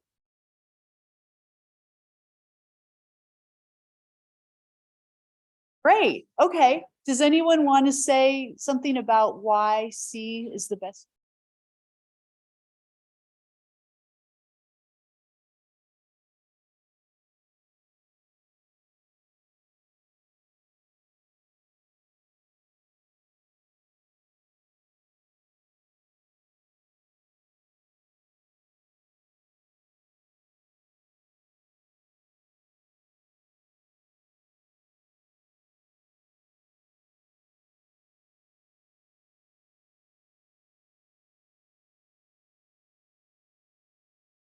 Great, excellent. So for all you MI people out there, this is EPE, elicit, provide, elicit.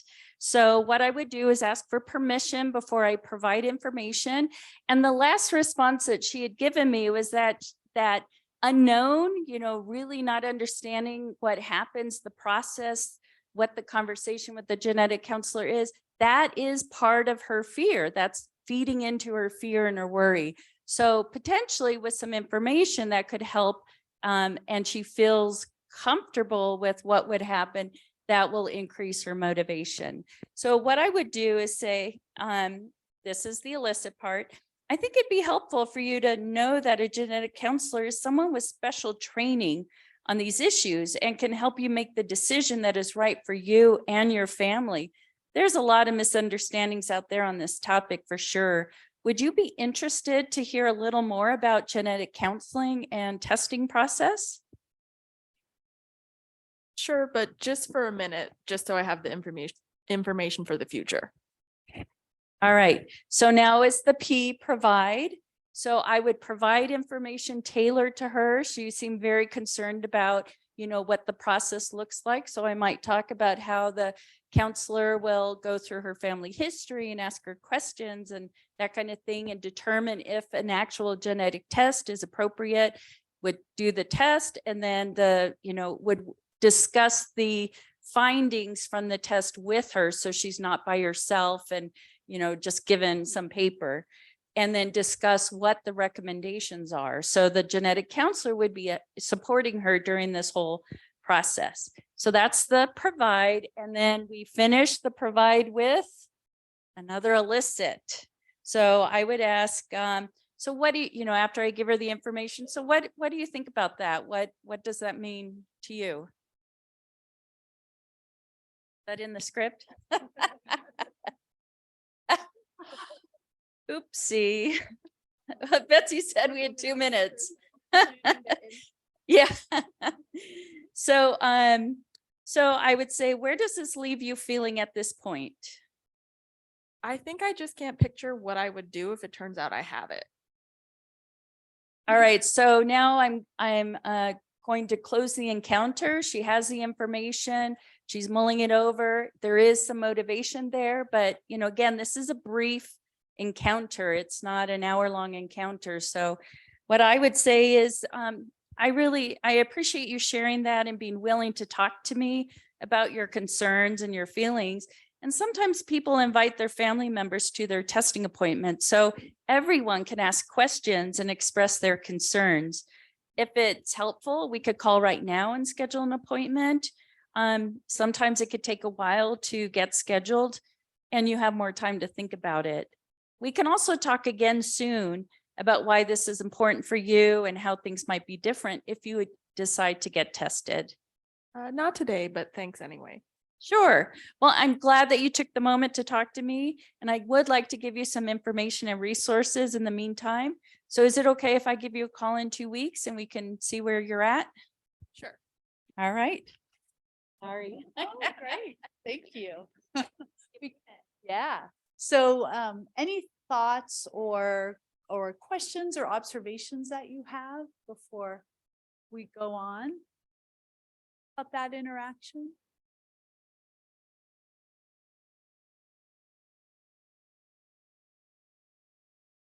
I'm trying to see everyone.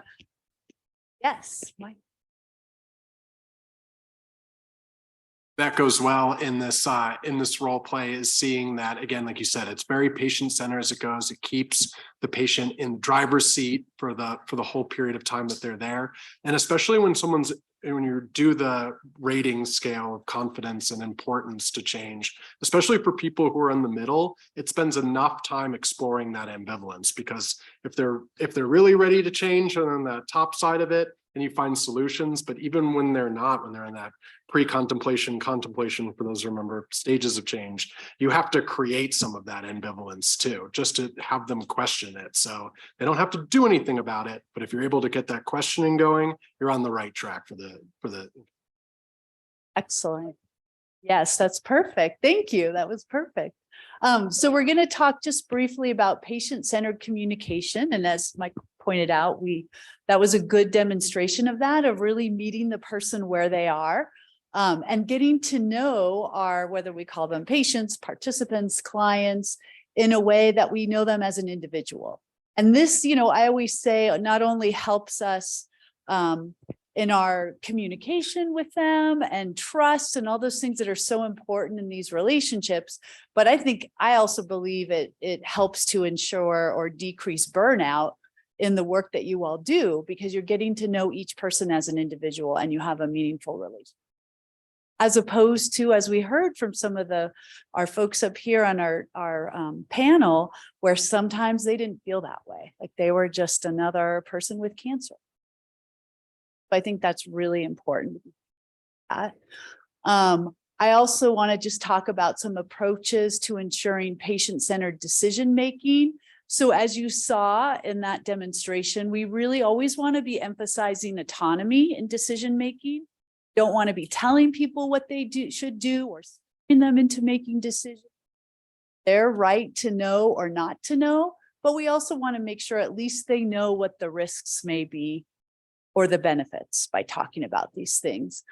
We want to acknowledge their thoughts and emotions, and recognizing that there are a lot of past experiences that everyone comes with that may have an impact on how they feel. We saw that in the role play here based on past. We heard about past experiences that medical community, things like that are all going to have an impact on how people go about, what they're thinking and feeling.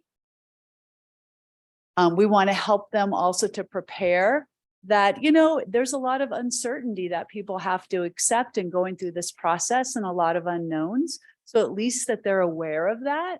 It's not, even if you go through the testing process, you may not be clear. There may be a lot of decisions, as we know, that people have to make after going through that. We want to acknowledge and support clients around the concerns with family members, right? Genetic testing is not something that someone does, in their own sort of space. It's going to have an impact on their family members in different ways. So just acknowledging and supporting the concerns they may have, how their relationships with family. And then provide information about the genetic testing process, as well as anti-discrimination protection. As we can imagine, people come in with their own fears and barriers, as Patty talked about, and ideas about what genetic testing is. And just a quick overview of timely issues to consider in hereditary screening and communication. So as Betsy had mentioned, sometimes people nowadays are getting their results, genetic testing results, through commercial process. So just to be aware of that, they're not having a middle person who's going to be talking with them about what that means. That can lead to really high levels of distress, confusion, not really being sure what. There are legal protections, as was mentioned. Vary some of these legal protections and privacy and confidentiality depending on the state. But we talked about awareness that it does not include life insurance coverage. And also for people, again, this is part of that preparing people for uncertainty, is that as we're learning more all the time about some of these different conditions, genetic conditions, or some of these familial components are being understood more at the biological genetic level, they may be receiving more new information all the time. And also, as we know, perfect example we talked about today, screening guidelines are often changing. So just to be aware that what may be recommended now may change in a couple of years. We just wanted to point out that in a handout that you received are some on hereditary cancer that could be helpful. And then also some resources for communication around these issues. Thank you very much. And if you have questions, I'll leave. Thank you so much. I just wanted to mention that, again, the free training is available. We're going to be continually updating these resources between now and November for Family History Awareness Month in November. And also to let you know that you have a mini grants program that's the emails are rolling out today. There's a copy of the funding opportunity on your desk that we have about $65,000 in money through this Prevention Research Center program that we want to give out to people like you all who are doing this work. It's a very easy lift in terms of the application, lots of technical assistance and support provided. And we just want to meet with you and hear about you and support your work in this area, but all areas of cancer prevention and control. So again, that there's a printout of that mini grant opportunity on the check-in table when you come in. So thank you for your attention. I'm standing between you and lunch. Elsa? Gonna say there's just one question online that came.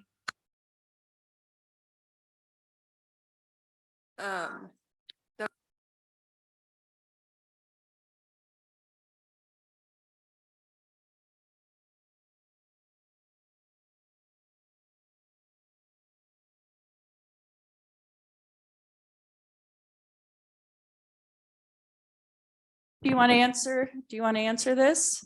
I mean, I think you do have to be upfront. I mean, people have to understand, they're weighing the pros and cons, the benefits and the risks.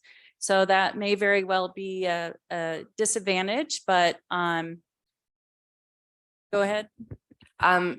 Yeah, I think that comes up sometimes, I think, because people are always worried about health insurance, but it's life insurance, right? We've all made that distinction. I actually dealt with this with my own family. So when I was pregnant, we had a lot of discussion about what was going on with hereditary work and in my family even. And so there was worry about Lynch. And my mom was diagnosed with colon cancer at 41. When we looked at all of it, like it really had some suspicion. And the first thing the genetic counselor said is, you're getting ready to have a child and you have brothers and sisters who have children. I want all of you to call about your life insurance today. And so I think you heard Tanya mention that, other folks mentioned that.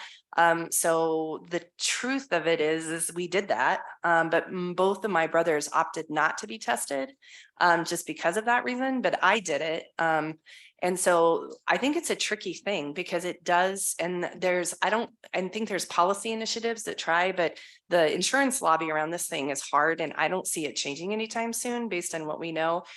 So I think Patty, like you and Betsy and others had mentioned, disclosure, because you don't want anyone not to know, but the ramifications if you don't, especially if there is like a Lynch syndrome where colorectal cancer is likelihood, in 80%, and you have to stay on top of screening. You heard about Tanya, you heard about so many family members here, the ramification if you don't get it. So I think it comes into these decisional support discussions and what have you, but disclosure is huge. But even in my family, right, we're pretty sure based on my mother being tested and me being tested, but my brothers still won't do it. So I think it's just very real. I don't know if anyone else has anything else to share, but that's my experience. But I do also know that from the genetic counseling world right now, it's one of the areas in terms of also CMS, hopefully covering genetic counselors at some point, but I don't see it changing anytime soon.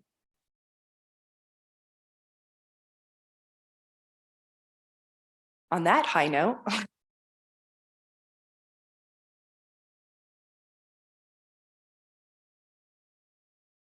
So I did want to mention, I think Betsy just noted this as well, is that there is an online training that complements this work. There are a number of resources, even for the lung cancer work around the shared decision making and role playing, and with a number of our partners. These are the type of opportunities we're hoping to continue in terms of capacity building as well. So a huge thank you for you ladies, and then Betsy again, when we talked earlier today about these opportunities to continue to support this work, $65,000 coming out into the community is a good chunk of change. So if you're interested, this is great. We're really excited about that. Elsa, in terms of our agenda, we are now going to break for lunch. You can have lunch in here. You can take your box lunches outside. And please, please, please, Keith and Rand are outside. And there's about a 5-minute interview that if you could gather your team, or if you are individually representing an organization and can spend 3 to 5 minutes with them, just having them capture on video would be super helpful for us to continue to share your the work, your voice. And this is something that we can also share with your health center. So if you want to continue to help promote the work that you're doing, that would be great. And thank you guys for a great morning. We will reconvene. Elsa, at what time? 1?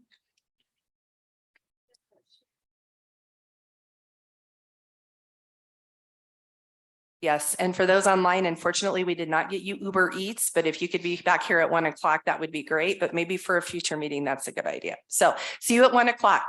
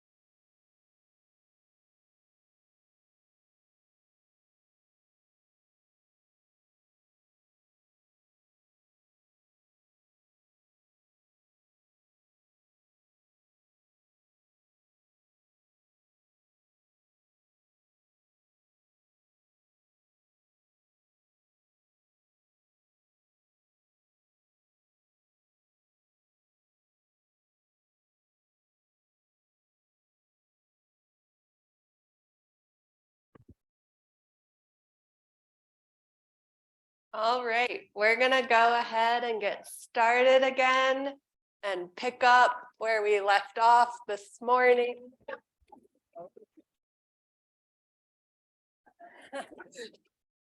About the new grant cycle. So we can spend a little bit more time reviewing the process and next steps for getting started on the new grant cycle in the next year. So before, let me make sure my clicker.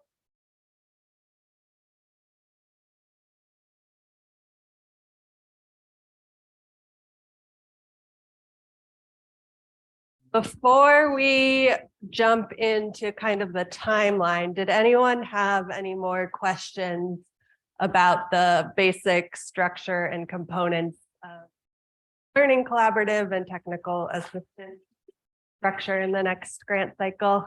Are we good there? Any? Also, I think one of the questions I have is when we say EBI, what does that mean and what are we referring to? Yes, so the evidence-based interventions are a series of specific interventions that have been recommended by the CDC guide, have lots of research behind them that they can show impact on increasing cancer screening rates by implementation through a dedicated structured effort. And there's different ways that you can approach these EBIs. And so, like I said, I think many of you may be doing some of this type of work, but not even have acknowledged or thought about it as a specific EBI, but client reminders through, so the 4 here are client reminders, provider reminder and recall systems, provider assessment and feedback, and standing orders. So client reminders, of course, can be reminders for screening that happen through the phone, through the mail, through portal reminders that people are due or eligible for screening, as well as when they have a scheduled screening test that's coming up. For provider reminder and recall systems, that can be in the EHR or through scrubbing charts that the primary care provider or provider for these patients, their patients that they'll be seeing are due for these screenings, so that when they have a healthcare visit with them, that they will know to talk to the patient. And then for provider assessment and feedback, that's really looking at by providers at the healthcare system, what their individual screening rates are for the patients that they serve, and seeing how for maybe different providers that are champions for the work, how they can help support those that might be having a little bit more challenge with increasing their, really working together to increase screening rates by provider and the patient work with. And then standing orders is, so Clinica Colorado has really put those into place as one clinic that's doing that, where provider at the healthcare system can have a standing order that then allows whenever, say, a nurse or an MA is seeing that patient, that they can then go ahead and give them a fit test or stool-based test, whether or not that's the primary care provider for that patient. So it just makes it really easy that there's already a standing order in the system to distribute that screening test. And I think that can be done by patient navigators as well. So those are the 4 EBIs that in this next grant cycle that CCPD really wants. There are other EBIs that are also recommended by the community guide that many of you are using as well, which includes one-on-one education, group education, small media, reducing structural barriers with costs and those type of things. So those can all coexist and work well with these ones to really increase screening rates. But these are the ones for the next grant cycle that CCPD has really. A lot of you are already doing work in this area. How can we enhance what's already happening? Or how can we implement new strategies to really further increase screening rates? And the one thing I want to say about the work is at a minimum too, we do want to make sure that we establish what baseline screening rates are. And so when we start this grant cycle, I know some of the clinic systems have to report through different quality metrics, accreditation, UDS, whatever it might be. But we are going to make sure that we have a system to be able to do that. We'll talk also about some of the processes as it means like for getting there, right, where we're establishing the areas that you want to concentrate. But we'll also talk today a little bit about what that contracting is going to look like and what that process is that we're still developing with our grants and contracts, but we will share that. But in addition to really making sure that we're elucidating the areas where you want to focus, have resources, we want to also make sure that we do have those baseline rates. Yes. So that's a great segue into the starting steps for beginning this next grant cycle. So as I mentioned earlier, the first piece we'll be sharing an assessment with all of you after July 1st to really collect information about the work you're already doing around colorectal. If you're already capturing your current screening rate, if you're able to pull that type of data from your EHR, who from your involved in that work. So if you're utilizing patient navigators, MAs, RNs, the primary care providers, all of those, trying to just get a sense of where everyone's starting at. And then having a launch meeting with each clinic one-on-one to kind of talk about what came up out of that assessment, which EBIs you are thinking about implementing, what do you think could be a realistic goal for this first year of the grant cycle, who from your team you involved, and what the next steps would be to really set up a goal and we're also going to be, we're working on right now setting up new participation. Those that are currently participating in CCSP, we already had a participation agreement for the last grant cycle. And since this one looks a little bit different, we're going to be reworking those. So it's not just focused on navigation. It's not just focused on those capacity building projects, but it's really focused around, these are the EBIs that we're going to be focusing on. And each team is going to think about which EBIs they're going to work on, going to report on screening rates at least annually, and some just basic parameters of what that looks like and the evaluation requirements. But all of that, it's really going to be tailored to where you're at right now, what you want to focus on, but trying to make sure we have something to pay you for the time and the work. And then as Ali shared about earlier, going to be working closely with American Cancer Society on those learning collaboratives as a separate piece to really help bolster the education around the EBIs and have that peer sharing to talk about common challenges quarterly and successes. So those we're anticipating will start that scheduled soon. And then over this first part of the next grant year, it's probably going to take a little while to really develop what your EBI action plan at your clinic system. Which EBIs you are definitely going to focus on, what the goals are, what the roles are, want to capture what current workflows look like for colorectal cancer at each of your clinic systems. And we can really help you put that together if that's not something you currently help map that out, do some of that behind the scenes work that might take a little bit of time, help get that etched out. And then also for each EBI, you focus on which evaluation metrics you can really capture. So in this first part of the next grant year, really figuring out all those pieces out. Some clinics might be ready to go right away. Some might need a little bit more time. So over this first half of the next year, trying to really work on that. But if you're ready to go right away, we can work with you on that too. And if you need a little, well. And then, as I mentioned before, in addition to the learning collaborative meetings, we're asking that each clinic system, their team for this, will participate in a one-on-one technical assistance call with us. And then if you're an FQHC, CCHN as well, and with those that are rural clinics or newer to this work with Colorado Rural Health Center. So those can help you with your individual plan, talking about progress, how we can help what resources are out there and really connecting those. And so that's in addition to the learning collaborative.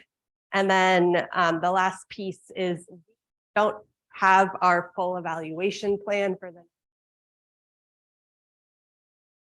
out yet, but that's why we want to know what you're already capturing, what you're able to capture, so that the evaluation metrics for you align with maybe metrics you already have to report and those that you can feasibly. But like Andy said, we're asking that at least all clinic systems be able to capture their current colorectal cancer screening rate throughout the grant cycle. And I think also to your point around looking at what you're doing maybe for other programs, we're working really closely with Sarah and team around what is already happening at the Rural Health Center. How does the work we're doing right now dovetail with any of the QI or any other projects? So that way we're not doing things separately, and we can hopefully help support you all who are rural clinics or critical access hospitals. So you're using the same sort of processes, metrics, maybe all things can really inform each other. And then similarly with Mike and Lex and team also spending time to do that as well, to make sure that we dial that in for FQHC. So again, everything is running in the same direction. You're not hopefully reporting for one thing and another, and they don't really make sense, but we try to harmonize as much as possible.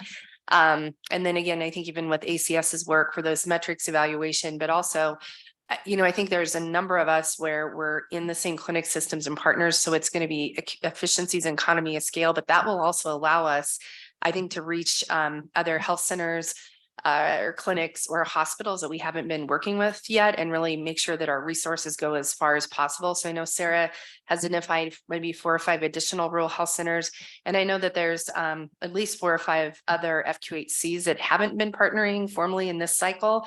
And aren't even part of the CRCCP program. So I think one of the things we're going to try to do is also just figure out who's not around the table and where we have gaps. So that's another way, and that's something that we're planning ahead of time. And I think as Corey mentioned, that will be also a way for us then to think about the Cancer Coalition, some of the other groups, our task forces, how can they support this work? But we are going to be spending a lot of time making sure that we're all really coordinating before we fully go out into the field, so we're not stepping on each other and duplicating processes. And yeah, we've also been working closely with those partners to understand who they're already working with, how they work with each of you, so that this really complements those pieces that are already in place and isn't duplicating or making things harder for you all if you're involved in other screening programs and initiatives. So any other questions? Okay.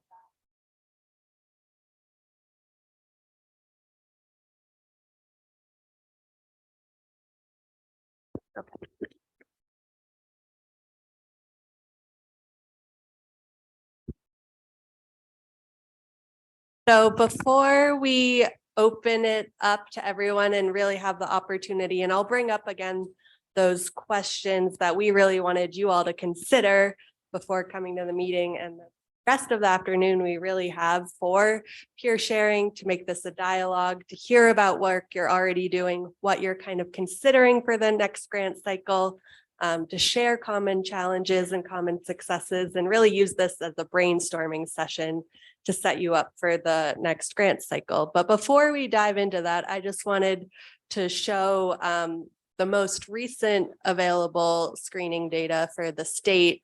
So this is 2020 data from the BRFIS Behavioral Risk Factor Surveillance Survey of screening rates, which gets updated years. So this is 2020 screening rates for the state. What the good news is even with COVID, the screening rate for Colorado overall had increased from 67% in 2014 to 73% in 2020. But there, of course, 2020 saw many dips in screening, which were unavoidable due to COVID. And so we don't know yet really what 2021 and 2022 look like yet.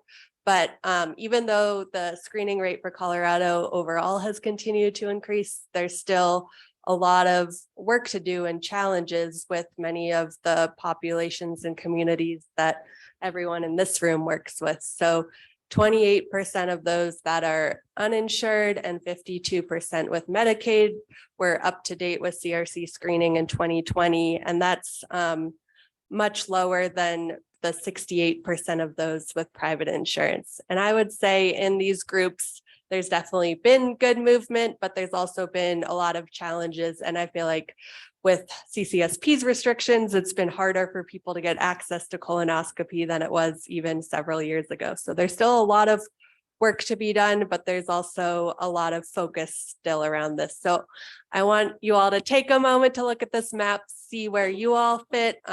For the legend, the lighter colors are lower screening rates. So the lightest color is 49 to 65%, and the darkest color is 71 to 82%. And screening really correlates also with incidence, late stage incidence and mortality rates. And we see that in the state, they're highest among men, Black and African American populations, Hispanic and rural populations. So in order to continue to drive screening rates, it really takes all of you in the room as champions. And I think that we all can make great movement in this, but we really got to think about how, even with all the challenges that COVID has put in place, how we can be creative and innovative to try to move forward. But so much good work has been done over the last 17 years since CCSP started. And so we really excited about the opportunities ahead.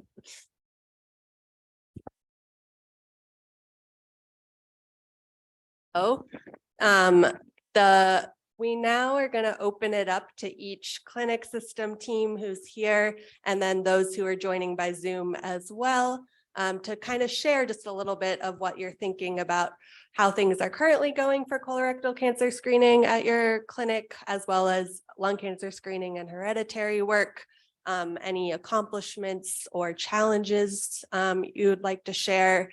And then for those of you that did take the PNSAT for looking at sustainability capacity, what came up for that? How has your clinic been able to think about sustainability of navigation over this last grant cycle and where we're going in the future? And what initial ideas you have for EBI implementation? So thinking about what EBIs your clinic system might want to focus on, who is essential to have at the table for that, and what types of resources and support from CCSP, CCHN, Colorado Rural Health Center, Colorado Cancer Coalition, everyone in this room to really help you with reaching your goals.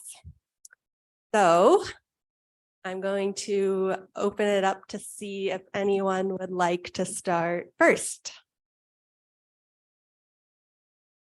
You don't have to answer every single one of these questions either. So the current state of our clinic. Sorry, I'm really loud. I would say we're really in a good progression forward for quality care, and we've already had a lot of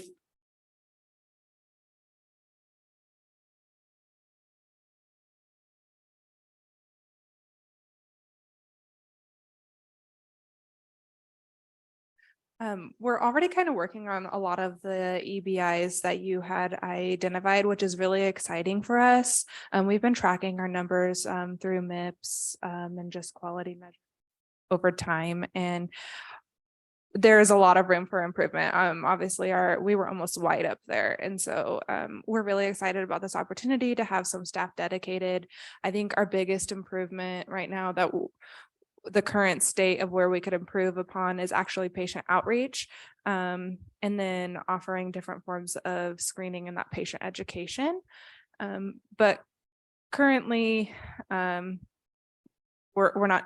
we're performing not as high as we would like. So And then some accomplishments that we've made. We have actually added standing orders to our well visits. So standard screenings are actually included on the template when a provider pulls up the chief complaint. It's already added as an order set for those. And that's really exciting. And we've also implemented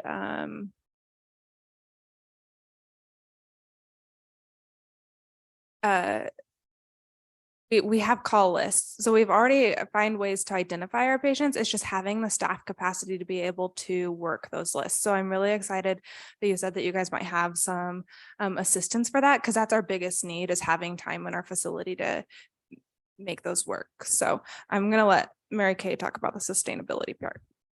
Can I ask one question? For your outreach, is there a specific population that you think you would like to, or is it more overall outreach? What would that look like?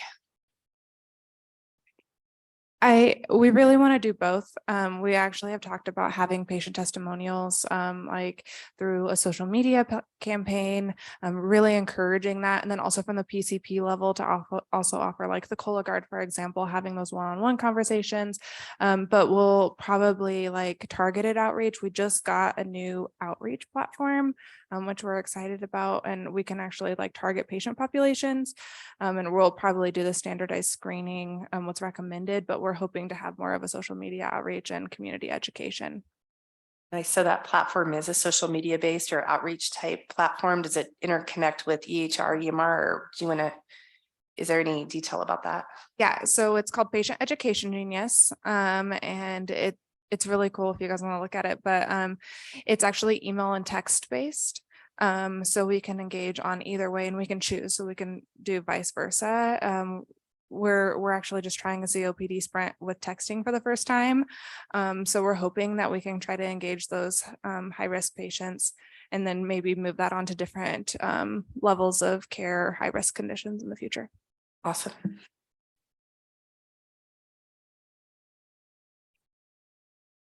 Our clinic and our hospital are kind of in a unique, not have a quote one patient navigator. But because of the locality of family practice clinic being right next to the specialty clinic, where those patients are taken care of, that's been huge. So, and now we've got the right people in the right places. We've got the EMR set up to work in our favor. We could pull the reports for the people that turned 50. We could start calling on those on our side. It frees them up. They meet their quality measures. We can pick them up that way.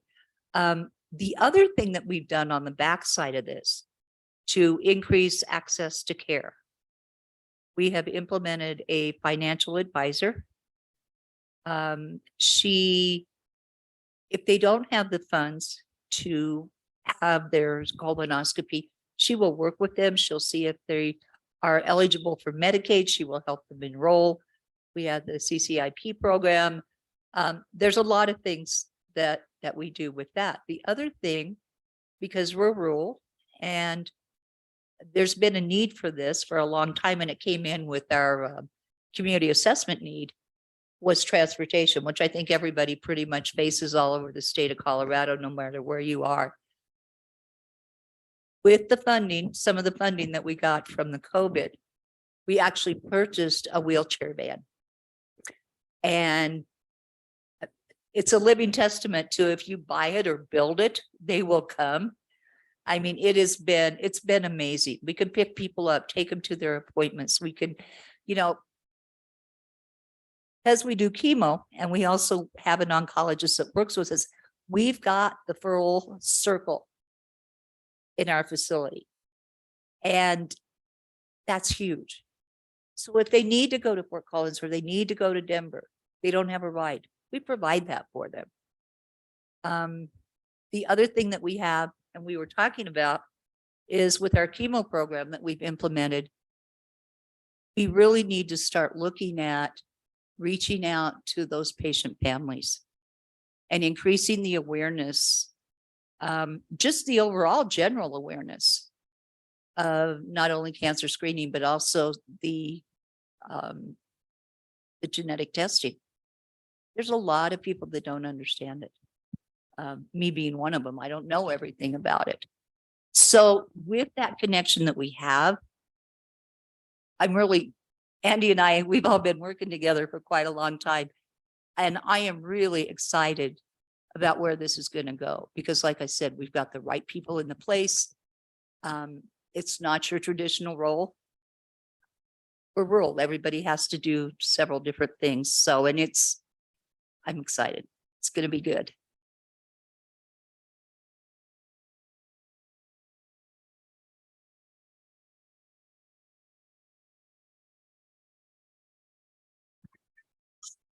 And re-engaging in CCSP. Oh, you guys, thank you.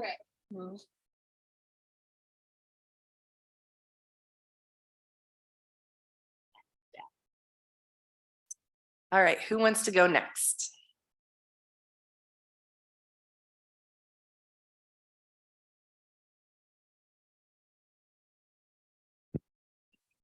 Hi. So one thing that we have been working at Denver Health is really understanding where we are missing the gap and like really honing on like health equity and where like how we can like not only breaking down our data by race and ethnicity, but other demographics. And the interesting thing is like for our patient population, we have noticed some trends. Like we have noticed that our younger population is the one that has the lowest screening rates. It's our self-pay. Like there is a big gap. So at Denver Health, we have the DFA program, that is the sliding fee scale, and then we have self-pay. So if there is a patient with no insurance, if they want to get into the DFA program, they just have to apply and bring that documentation and everything.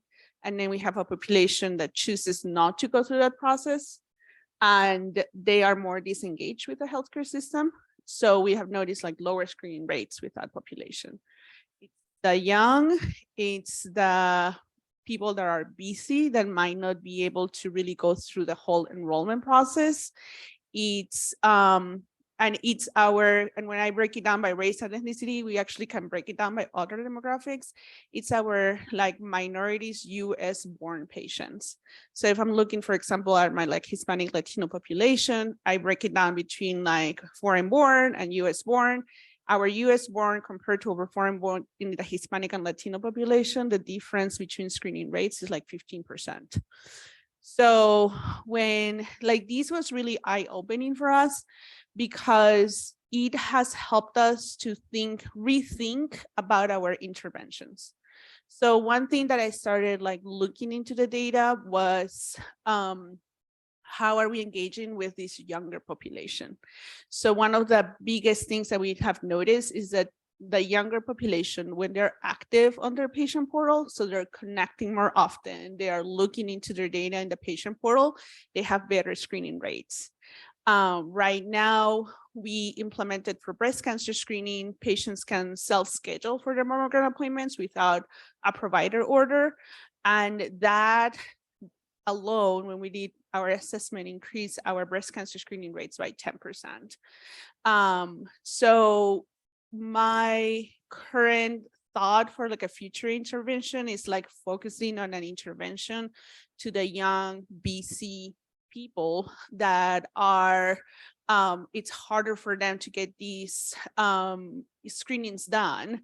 With colorectal cancer screening, we have the option that a lot of these patients can do a screening at home. So what we want to try with this new EBI is to start having patients request FIT kits to be mailed at home. So they can like request it, somebody from our care team will send it to them, they get screened at home, and the results are going to be reviewed by their PCP without them having to even step in our clinic. And that would be like eliminating a lot of the barriers that our younger population have. And they usually are more engaged with technology and more engaged with like self-management in that way. So that's for us where we are seeing the future, because that's what our data has been showing us, that for our patient population, these are the patients that are not getting screened. And when we are reviewing the data, like how can we eliminate those barriers for this one population?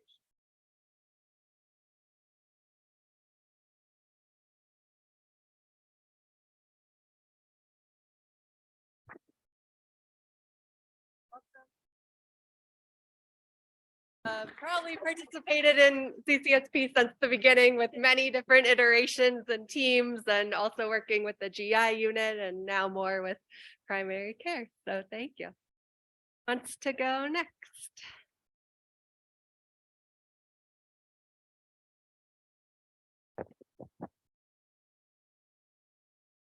Yeah.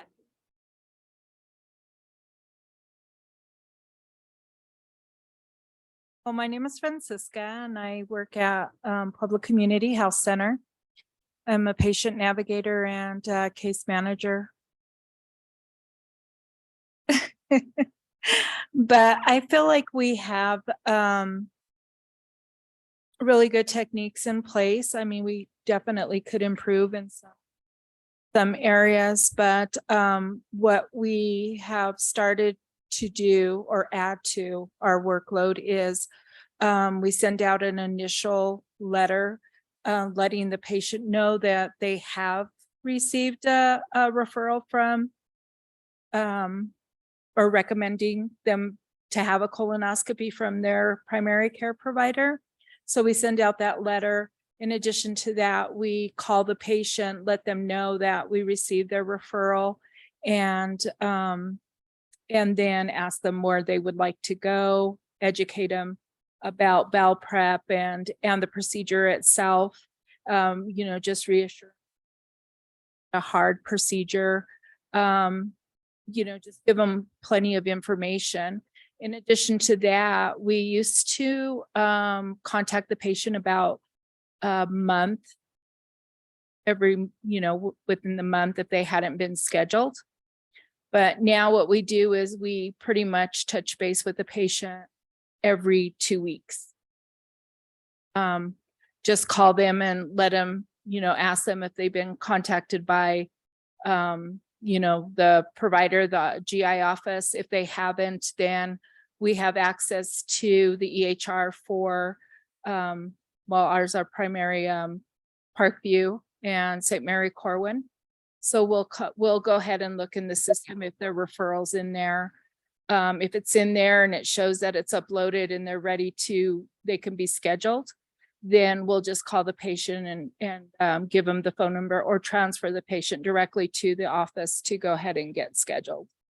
And then we just send out a reminder of their, we touch base with them, you know, about 2 weeks before their office visit. And then after that, like 2 or 3 days before their procedure, we call them again, make sure that they have their prep, go over the bowel prep again, because that seems to be the biggest problem.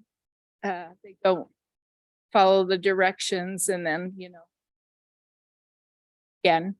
So we try to help them avoid that. But we put those in place, and actually it's helped.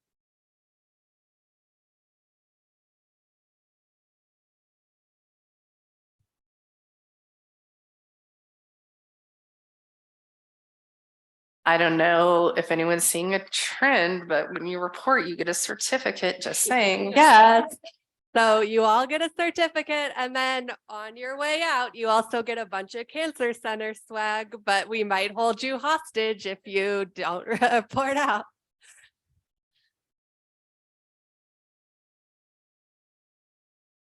Hi, I'm Dana Schmidt. I'm the practice manager at Marillac Health. I had the pleasure of starting as a patient navigator about 10 years ago, and kind of have seen this grow at our facilities over the past 10 years. And basically, we've gone through the process. We've put standing orders in place. We've put in recall. Hello. Oh, there we go. Sorry. We put in recall systems. We've had provider champions. We've gone through all of these EBIs, and they work really well. And we get our team set up, and things are going really well. And then everything crashes. COVID hits. We decide to purchase 2 more facilities. Our CMO and our COO are no longer with us. And so on and so forth. So really, all of this stuff really works, and we are going to continue this. We are just trying to move at this point to finding a way to sustain this. When we don't have manpower sometimes. That's I'm sure a lot of you are dealing with that now because there's just a shortage, staffing shortage everywhere in every position, and trying to keep those systems in place, because I think we all would agree this is something that functions with consistency. That's the biggest thing, is consistency, stability. Continuing to stay on it, continuing to notify patients, making sure those letters go out, making sure those calls go out, making sure you're pulling up recalls. And when you have a gap of 3 months with no one in a position, it's really hard. So we are trying to find different ways to help have our EMR help us with this. Do have those gaps and those things that happen. We can find a way to keep going for our patients. So going on at Marillac.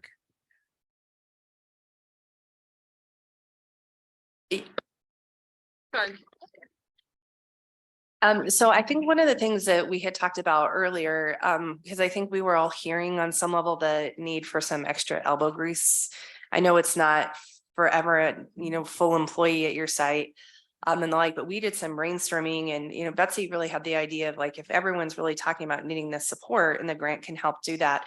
The 2 positions that we are hiring are really going to be people to help also be people who can, and it doesn't mean they're a full-time employee, doesn't mean they're going to stay, but they will be here for 3 years. So if sites need support to get something implemented, an extra pair of hands to kind of move things, help really refine processes and move things forward, that's something that we have built into the grant. And those people and those 2 FTEs are specifically for that. So I don't know that they know, but I'm calling them road warriors already. So they both were really excited about the idea of seeing Colorado being engaged with the work and really learning systems. So we tried as much as we can to build in capacity. Again, not full-time employees, not that they're going to be staying, but I do think, Dana, it's a really good point around sometimes if you need extra hands pulling it together, or thinking about if things go down, what are those systems that can keep it moving? Like, even if something else ends up taking priority, that you don't completely just see everything fall, that it's really making sure to keep a system. But we are going to try to keep some individuals there to help support that work in addition to the technical assistance we have, but it's almost doubling the team. Other thing that seems to be might be helpful is, I just said that we had all these things in place, and when they're working great, and then we don't have people, they don't work. But at the same time, who's to know? It might also be helpful to have someone come in and really hands-on evaluate our practices and see what we're doing. Yeah, you think that's going great, but actually it's not. You think you're getting those numbers because of this or this or this, but it's actually just by coincidence, or so it might also be good to, if we had some really hands-on on-site feedback as to whether or not the practices we are putting in place are really working. Yeah, and that is a really good point. I think what we're hoping to do is, in this time where we're looking at what are our initiatives, how are they all working, and are they working, is then that next layer is, with all of us working, is to help refine those pieces. If you want that sort of look into under the hood to see what's working, or where you're seeing maybe like, hey, we're going gangbusters here, but this area isn't working. Like, where you want to prioritize, and then where we can help put in money and resources. And I think that's why we're really talking about 1 or 2 interventions, as well as like finding those pieces. But yeah, I love that, because I think that's really, I don't know that we've stated it as clearly as you just did, but that would really be part of what this initiative is about, and why we would have so many people who understand QI, who are already with you in all these projects, to make sure that that happens. But I think that's an amazing point, and thank you for articulating that. Go next. My name is Ledger. I'm the practice administrator at UC Health, and I oversee the Boulder practices. This is Boulder's first year kind of joining the primary care trend with UC Health's focus on health equity specifically. We have historically just focused our CRC outreach and all these things. I echoed totally the sustainability work that Dana talked about. But this is the first year we've kind of looked at what are the demographics of our patients and what are the disparities amongst our folks who aren't getting screened. And a couple of things that came up that we were surprised by that we're starting to focus our attention on is our interpreter population, the folks who need more time to have all the patient education related to cancer screenings to not be so afraid of it, especially our Nepali population in Boulder, which is a relatively robust population. And so we've been focusing this year on getting our patient education translated, making sure our navigators have interpreter access when they're doing their outreach calls, but also putting that hat on because in the primary care setting, we all wear many hats, to completely just focus on, I'm going to do all my interpreter Nepali patients today, work with one interpreter so we can go through this and really be successful at that. But also coming up with things like closed caption videos for our deaf population. Slow going, but I think the team is having more sustainable reception to that type of outreach than we've had before, where it's really come in waves.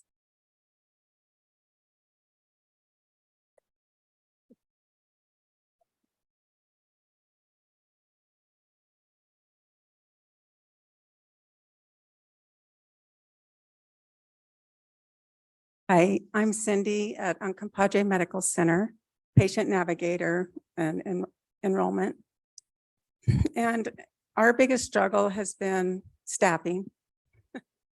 The last year has been really hard on me. It was like everybody that helped was gone. Our providers are really good. I mean, it's been the same providers, thank goodness, for a while. We've lost one, but gained one. Everything's in our EMR. So when they open it, there's colorectal, there's mammograms, and they see if they're ready, if they're due, and they're so good. That really helped them, just putting that in every chart. But thank goodness for Andy. Yeah, because last year, we lost Sarah, and she was a huge part of it, and I can't get it all done. But I've been trying, and I'm sorry, I'm hoarse, but and then we picked up the Ambry.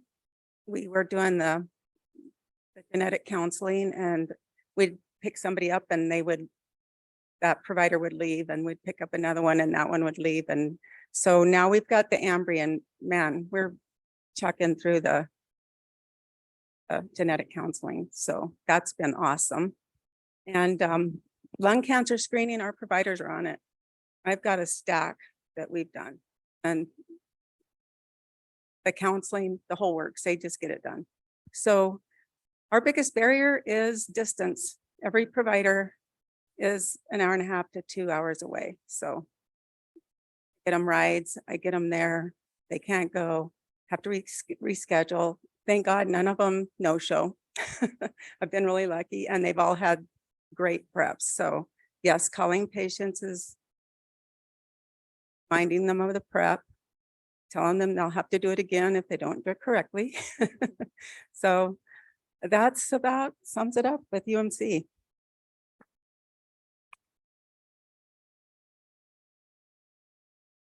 And I do want to commend Cindy, because I do think there was a lot of ups and downs, but honestly, you've been the staying power, and the program has stayed because of you. So excellent work. Thank you so much. Hello, I'm Ryan Mockbee. I am the Director of Programs with Clinic Colorado. We serve a semi-unique population in which most of our patients are uninsured, mostly undocumented immigrants. And so we focused a lot of our colorectal cancer screening on the FIT testing. And so we've built a really strong culture of FIT testing with help from CCSP and ACS, the standing orders process. We took a really team-based care approach where we had front desk staff, medical assistants, providers, all collaborate in the process. And then even, this half of year, we focused on getting the return rates higher. So when we give them out, whether it's medical assistants or providers, we have a recall system to get them back. And so I think that's really been helpful with workforce turnover, is having a strong culture of this is integrated into every visit we do. Obviously, though, the follow-up for colonoscopies is hard. They're expensive, difficult to navigate. And so that's been our next step, is forming partnerships with hospitals, service providers for the colonoscopies. That's been a little bit slow going, but hopefully we're able to follow up. It's hard to tell a patient you have a positive fit and then not be able to connect them with the next service. So that's always difficult, but we've had great success partnering and getting those standing orders done. And then, as far as the navigation goes, the capacity has been hard. We had a dedicated coordinator for care. They left. We retrained somebody who was a front desk staff in patient navigation. She was promoted up and no longer has time. So, finding dedicated staff that navigation is their main role in a clinic, other things get swept over you. You take on new roles, and then navigation sort of gets put to the side. So luckily we got the Trailhead Community Health Worker grant. So we'll have community health workers who are dedicated to navigation in the clinic.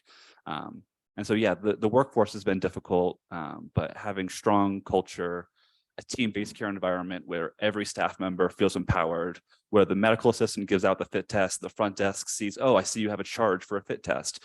Did you get it? Do you understand how to do it and bring it back?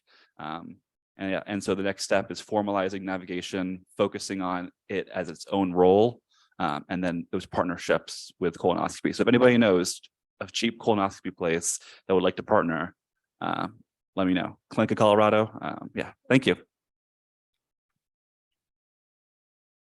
So one of the things I want to mention to Ryan, or for the team, and you feel free to pass on, I can just share real quick, but one of the projects that we have through CRCCP is also to look at links of care and how are we building capacity for endoscopic screening.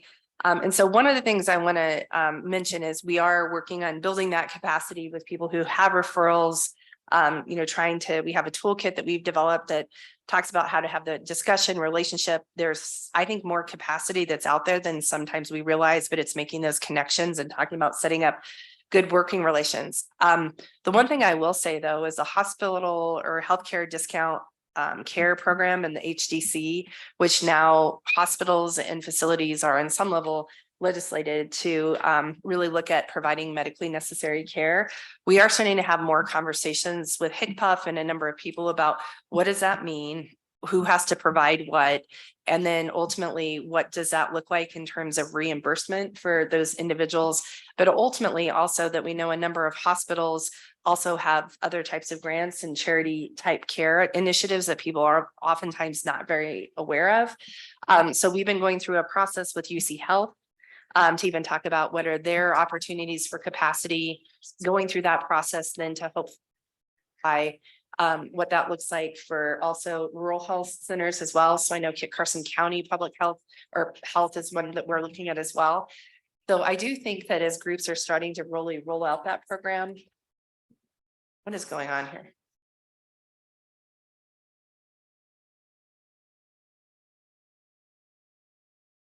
That way. That ultimately, that's going to be something that I think that is being built in, but the question is ultimately, how do you make those referrals and what are the criteria to be able to allow that? So more to come. I think you'll see that through CCSP, through the Alliance, and then some of our partnering work.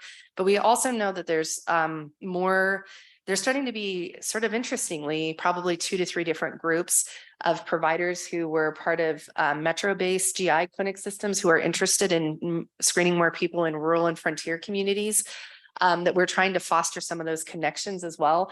So in this whole idea of capacity building for endoscopy, which I think will be all specialty services, but starting with colorectal cancer in the next 6 months, expect to see a lot of programming and conversations about what that looks like. So thank you, because I think everybody sort of the elephant in the room.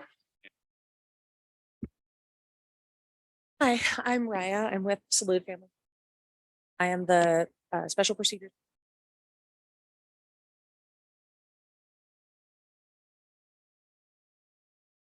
practice docs who for many also did colonoscopies. flow sort of our clinic over a long period of time. As we all know, COVID changed everything. Shut down. Our referrals for colonoscopy did not decrease, but with elective procedures completely shut down, and especially charity procedures not happening at the backlog of patients. That coincided, unfortunately, with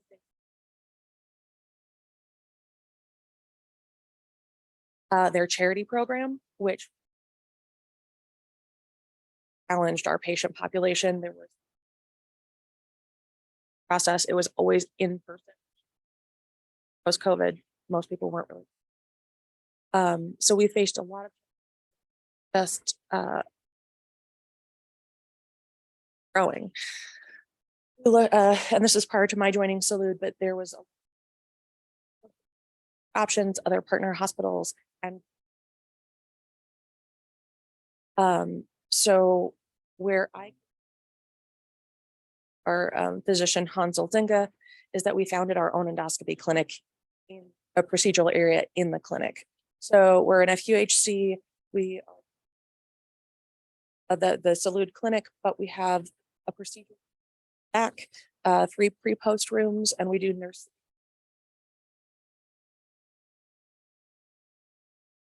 Some diagnostics depending on patient. But one of the biggest wins is that all of our equipment was donated to us from a foundation. So we were able to sort of start brought on with the sedation nurse, we brought on pre-post nurse, some supportive staff, and then we were able to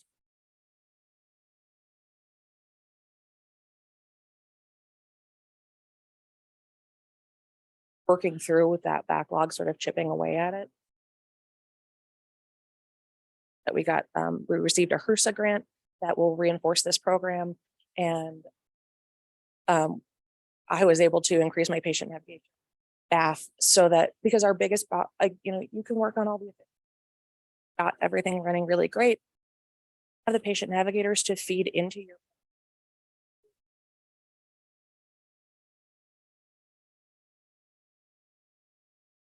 not push it through enough.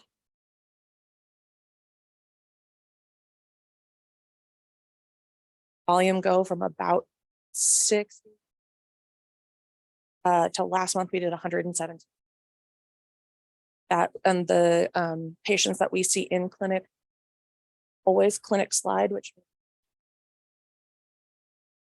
they pay a prorated fee for their procedure, supplemented by fondly named as our Butt Savers Club, which is where employees make donations. We have donations from local churches that offsets the cost to our patients. That for our patients who are on the very low end of our sliding fee scale, their patient portion is about $250, and that includes pathology, colonoscopy, sedation.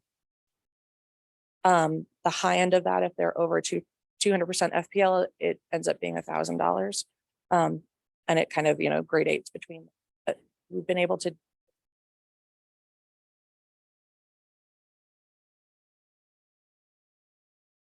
All right, yeah.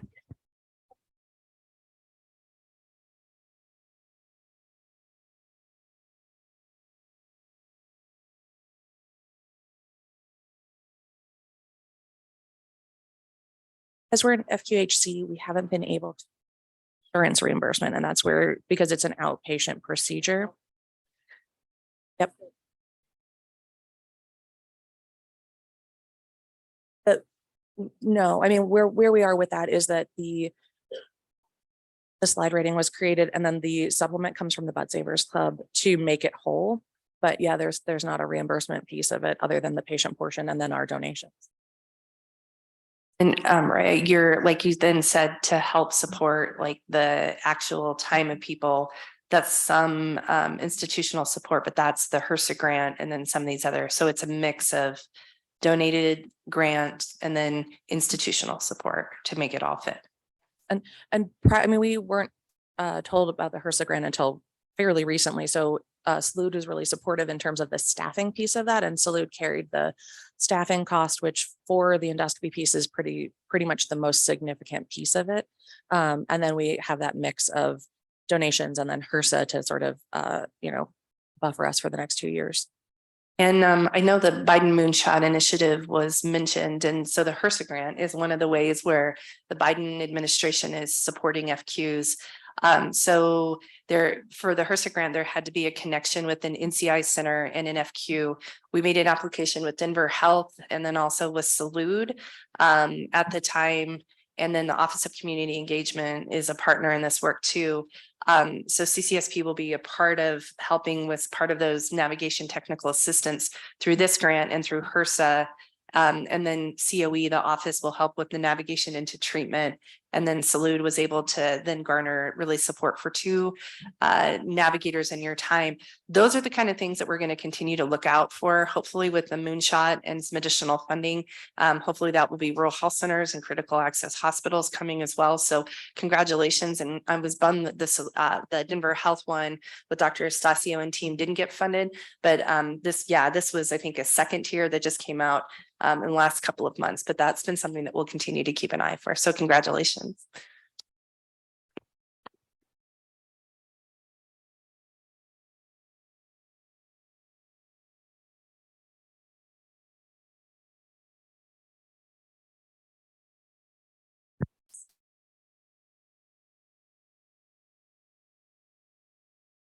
Hi, I'm Laura, and we are representing Valley-wide Health Systems. As I mentioned earlier, I feel that we have a pretty solid workflow in place within our organization. We have a platform called Azara that we run every morning, and it gives us a list of the patients that are on the schedule that day. And it also gives us a list of registries as to some of the screenings that the patients are lacking.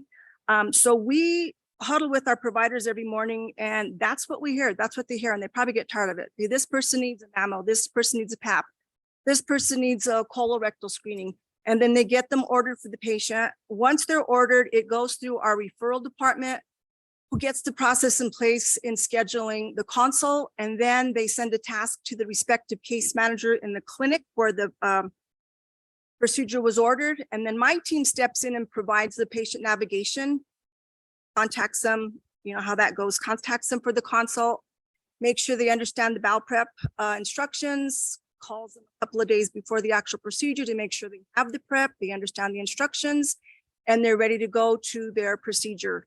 And then we call them a day or so later to make sure that they kept the appointment, make sure they're feeling fine, they're not having any adverse reactions.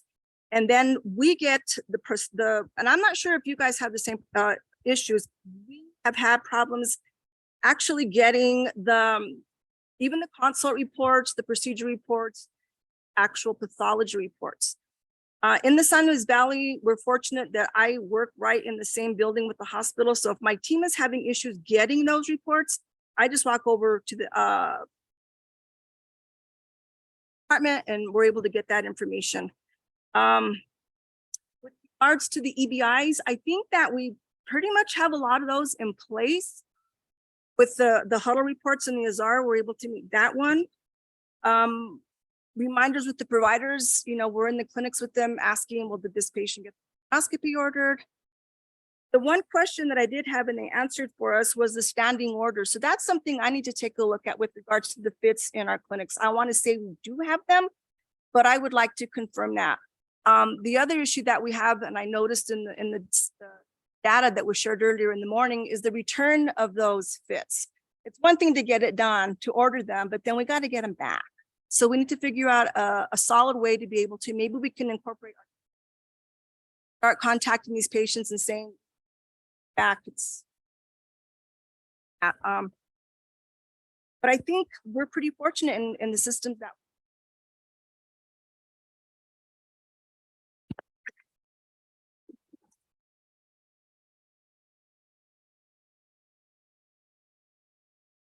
I'm Diana. I'm the quality assurance nurse at Peak Vista in Colorado Springs. Something that we currently have been working on is utilizing fit kits like actually available in the clinics instead of you having to go see Quest or request it and like the mail it out. And with that, the nurses are actually like opening up the kits. They're walking the patients through the process. They have poop, like cartoon, like stuffed animal things that they're doing the demonstration. So they are spending like 15, 20 minutes with the patients to fully walk them through the whole process and what that looks like, in hopes that that's going to help with, for one, just compliance, but also with us actually getting these patients screened. The way that we're doing that is instead of doing like outreach right now, which we have that in the works as well, but we're taking patients that are already coming in for appointments, and we have what we call care planners, and it tells all the UDS measures that the patient's due for. And so on that, we're just looking at it really quickly, and then making sure that the nurse is aware so that they can go and give that kit to the patient and then perform that education. We are in the process of creating, we're just using the video that the manufacturer for the fit kits that we use created for instructions. And we're putting those up on business cards with QR codes for patients to actually take home with them to rewatch how to perform the test whenever they get home. Because we think that the education piece is where we're maybe lacking where we're hitting our compliance issues, as patients not maybe fully understanding, especially those that are not primarily English speaking. So we have a Spanish version and an English version that we're going to try and see if that helps some. In addition to that, I'm trying to think else that we're working on. That's kind of where we're at right now. I'm newer to the team, so I kind of came in on the end of the CCSP grant, but we're working with Sienna on an ACS grant. And so we're still kind of figuring out where we're at.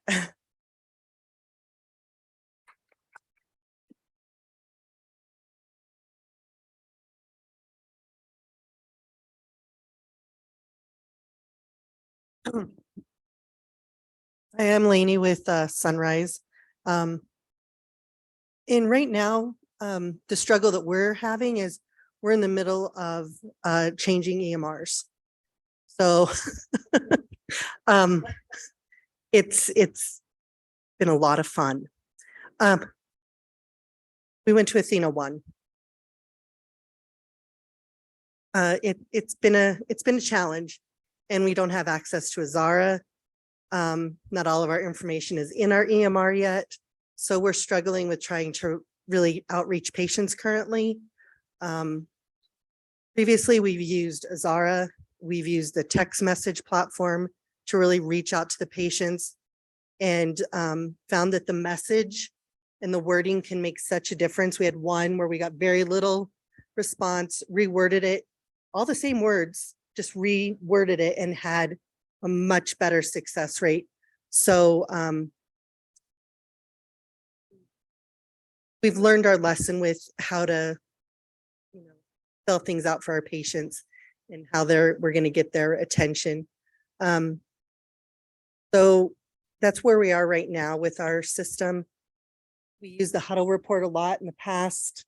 Hopefully we'll have that back in a couple of months, and have all the information, hopefully by the end of this month, in our EMR, to at least have our quality measures that we can reach out to for those patients. So we're kind of in a state of flux right at the moment.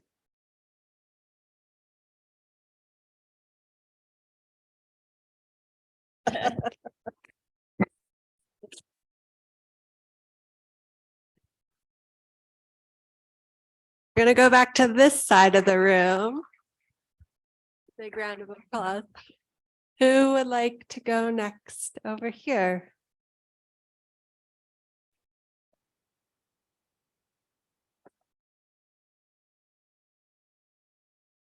I'm Cece, Quality Improvement Coordinator at High Plains in Lamar. Our greatest challenge this last year has that our organization is in transition and restructuring. So we only have one permanent C-suite position filled right now. Everybody else is interim, and we have had some high provider turnover rate. And so the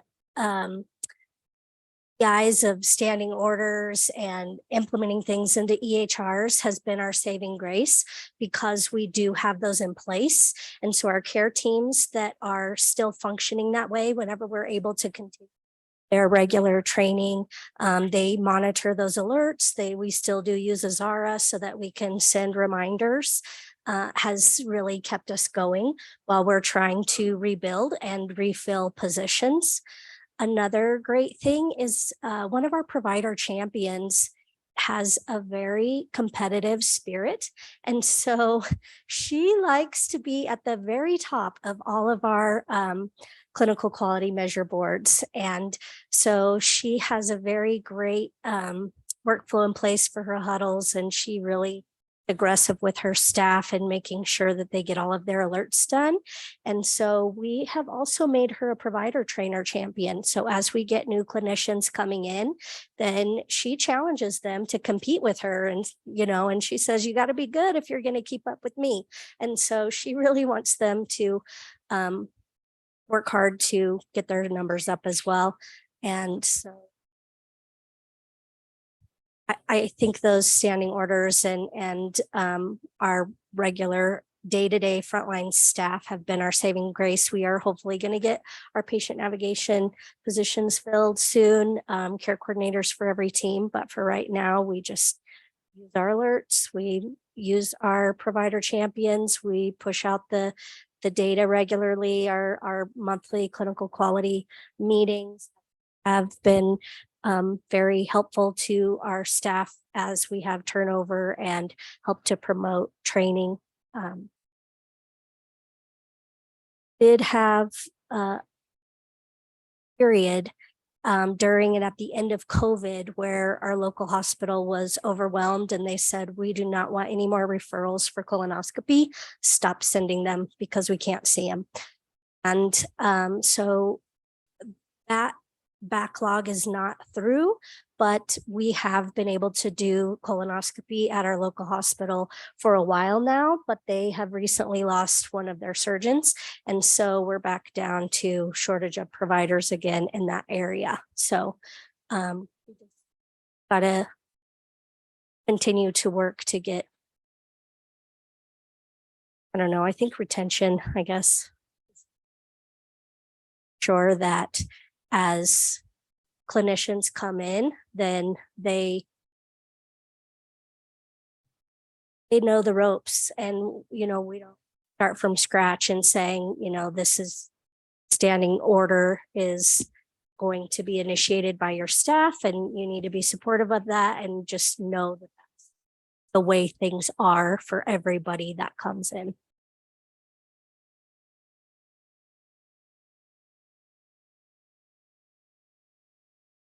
So Cece, I think what I will do is maybe connect with you about Dr. Indy and a couple of the docs that I think might be interested. But Sarah, maybe we can talk a little bit about them doing some reach to some of the rural hospitals about this, their ability and willingness to come in to do some scopes, because if folks are losing people, again, I think it's making those connections. So we'll set something up to see maybe we can do something at the hospital at Prowers. Hand it off to you ladies next.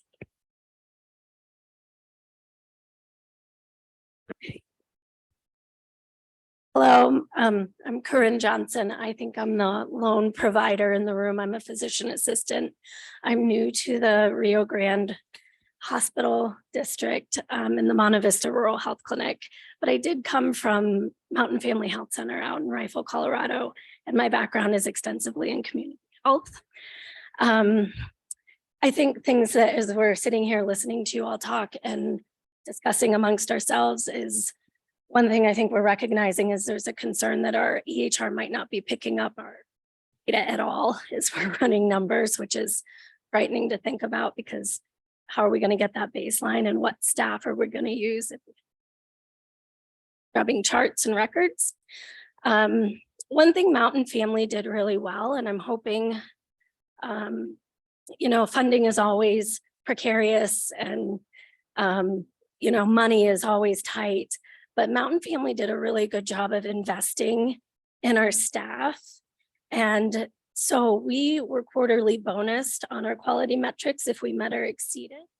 And it was based on our care team. So call center, front desk, even the dental teams were recruited to help us recall patients, run registries, and the providers as well. And if your care team met or exceeded, you got a bonus, and it wasn't a ton of money. It was under $200, but for some of our support staff, that's a big chunk of change. And so our rates went way up. And so food for thought, yeah, it's hard to justify doing that, but not only are we investing in our staff, we're investing in the health of our patients. Like that.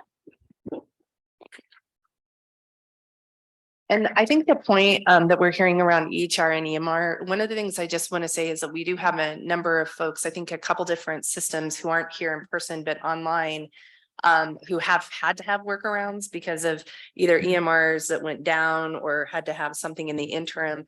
I would also say that, you know, our goal is to make sure we have screening rates and baseline. And we want to do that by the end of the program and help support any way that we can. These dollars are really to support you the way that you see fit. So they're really around those specific evidence-based interventions. But as we get ready to make these awards, where you want to apply those funds to make sure you meet those or what it's going to take to get that done is really at the purview of the clinic system. So I just want to mention that, number one, if EHR, EMR data capture is difficult, don't worry, you're still in it. Like, we still can support that. If you want to use resources to think a little bit about how to support that work, that's something that is open as well. But love the ideas about really investing in teams, and so great. So Arlene Harms was part of Holyoke, and then she moved back to her area. So I've been stalking her. She said, Andy, what are you calling me for again? I was like, you can run, but you can't hide, Arlene. I know where you are. So thank you guys for being here. Dennis again from Montrose, from the Pick Place. I'm the nurse navigator down there. And I was talking to Andy here. I was actually one of the first ones that started up in Telluride when this started. What was it already, like 10 years ago, you had mentioned? So I have some familiarity with this program. And now in Montrose, super excited to start there and see what we can do. We kind of serve a population that nobody else in Montrose wants. We serve those very complex, high-risk patients that don't have insurance, or those Medicaid patients who have a new phone number every week or a new address every month. So, you know, just trying to track those patients down, it's a little difficult, but we are starting to have our staff in place where we can actually better manage those patients. We just got in a quality control person who is very dedicated to her job. And so we have started monthly meetings with her and the providers to kind of go over all these metrics and make sure that we're hitting them. We've also empowered our MAs. We give them admin time every day where they start prepping for the next day. And part of their job of prepping is making sure that all these screeners, you know, be it, you know, not just, you know, colorectal cancer, but pap smears and mammograms and like that, you know, they capture it if they haven't been done. You know, when they prep the chart for the next day, when it comes in, it's already popped in there. So provider goes ahead and addresses that. You know, you know, staffing has also been an issue for us. You know, Montrose is not that big, and so like it's hard finding good people. But you know, when we get them, we try to keep them. We also just recently hired 2 chronic care nurses, and so they're actually handling our chronic care, you know, our management of those patients. So that's actually been very huge in being able to keep up with these patients and, you know, making sure they come into appointments and stuff like that. So, but I'm very excited. You know, I know in Telluride we were able to get our numbers up a lot when we started with this program. So I know that we're going to do the same thing here at the Pick Place in Montrose. So thanks for having us. And I just want to say, yes, a huge thank you to those who are reinvesting in the time and then who are new completely. And again, for all of you who've invested any amount of time, but we're really excited about supporting everyone based on where you are, you're new to the program. And then again, with our partners. I know we're going to be closing out here shortly too. Elsa has a few things, but we want to hear from the group on the line or who are joining virtually.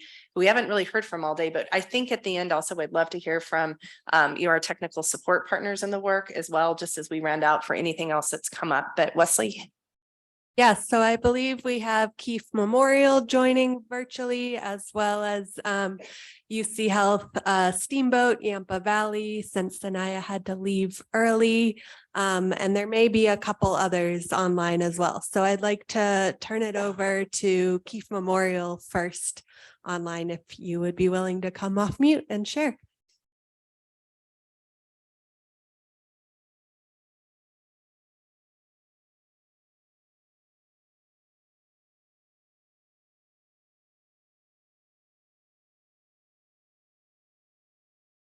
Okay, I think Keefe Memorial had to hop off for a little bit, so I'm going to see if anyone from the UC Health Steamboat Yampa Valley team is online. Yes, this is Katie Keller, and I am the social worker for the Jan Bishop Cancer Center up in Steamboat Springs for UC Health. We are very early on in our process of working out kind of how we're going to implement our grant. What we've done kind of in the past couple weeks, couple months is to really reach out to our further clinics of primary care. We've been up as far as Baggs, Wyoming, and then Craig, Colorado, to really ask them what the barriers are for colorectal screening. It's been interesting in that one of the biggest kind of hurdles is just distrust of the medical system, and that really, they said, has increased since COVID for these smaller areas. The other is really transportation and kind of understanding the needs for screening. So we are really in the process of deciding, are we going to do the FIT tests or look at funding for colonoscopies in those clinics and really start with outreach to them. And so we are just in that process of figuring out how that's going to work and how we're going to build those relationships and get those resources to those clinics.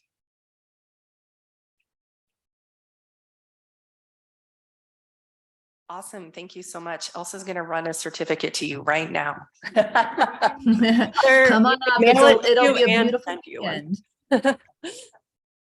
And I know Sanaya was here earlier, but I really appreciate that, because I do think in the north western pocket of the state, we haven't had representation for a good bit. And so it's really awesome to have a couple of the partners who from the UC Health team, Joanne Levins and her team have also been strong partners in the Fort Collins area. In Sunrise is of course up there working in Salud, but moving into that northwest area, really glad to have that and some overlap with parts of our state that and then even into Wyoming that are completely underserved. So thank you, Katie, so much for that.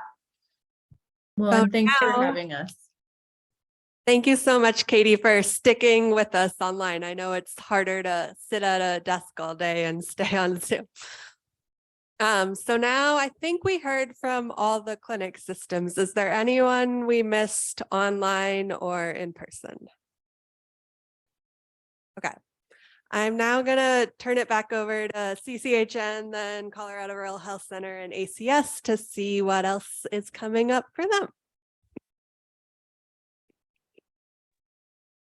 Awesome. Thanks, Elsa. So some of the things that definitely resonated with me hearing from the clinics that dovetail really well with CCSP's work, it's like especially hearing from Salud and Clinica about talking about how many different funding and revenue sources have to come together in order to try to make this happen and get these screenings done. Having a combination of state funding, employee donations, all of those things, that's just, it's beautiful that you have the employees that are willing to do that, but it's not sustainable to try to thread all of those things together. And it's certainly not applicable at every health center that doesn't have, an internal patient assistance program and things like that. And, we found that out with CRCCP of trying to get some of that colonoscopy reimbursement funding out there and having a really difficult time getting the eligibility requirements to line up. And then that was one thing even for Medicaid and the Medicaid rate.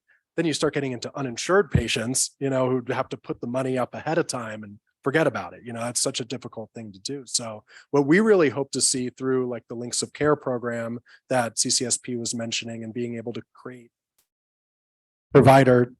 providers and other resources that can help kind of take that multi-influenced funding stream and put some put some actual processes and systems together and build relationships that are sustainable within these spaces, and being able to then find a way as we come into the future of more opportunities for funding through things like the Moonshot Initiative and other large federal and state opportunities, that there's then something, there's a road for them to travel that will get that money where it needs to be and really support those patients. So that was a huge thing. And then also I'd say, you know, as we mentioned, workforce before, when I was talking about that and seeing where some of the difficulties are, we'd love to see, you know, more opportunities for sites like High Plains to be able to hire or be able to get the support that they need in order to do that. So we hope to support CCSP in those further efforts as well. So, you know, I think ultimately, you know, this is a time when there's a lot of attention on patient navigation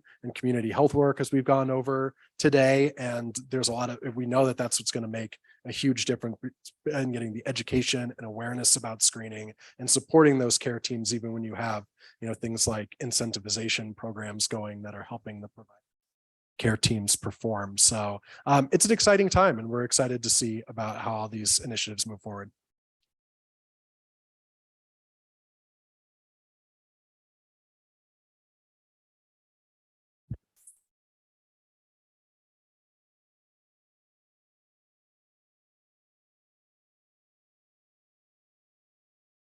So I have a lot of thoughts after you all have spoken, and I've learned so much from all the work that you're doing and that you're working on trying to do even further.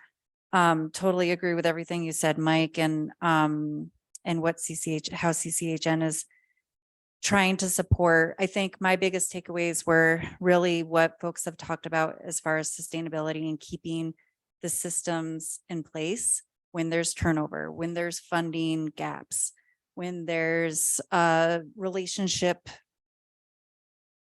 things that happen with your local hospital or your local provider that was providing colonoscopies, and now they're not for some, you know, for a whole array of reasons. So though, you know, those are what I picked up on as biggest challenges. And, you know, of course, these are challenges that aren't just with cancer screening. They're with the whole gamut of healthcare and diseases and conditions that I know you all are working on. So just really great insight. I appreciate all of that, you know, coming to us and my staff at CRHC and our quality coordinators and folks. You know, I'm really excited for them to be able to work hand in hand and with rural health clinics, but also I've worked with, you know, I know we don't work as closely with you at the community health centers, but I've worked with almost all of you in some capacity or your staff. So hope to be able to build those relationships and provide whatever support we can provide.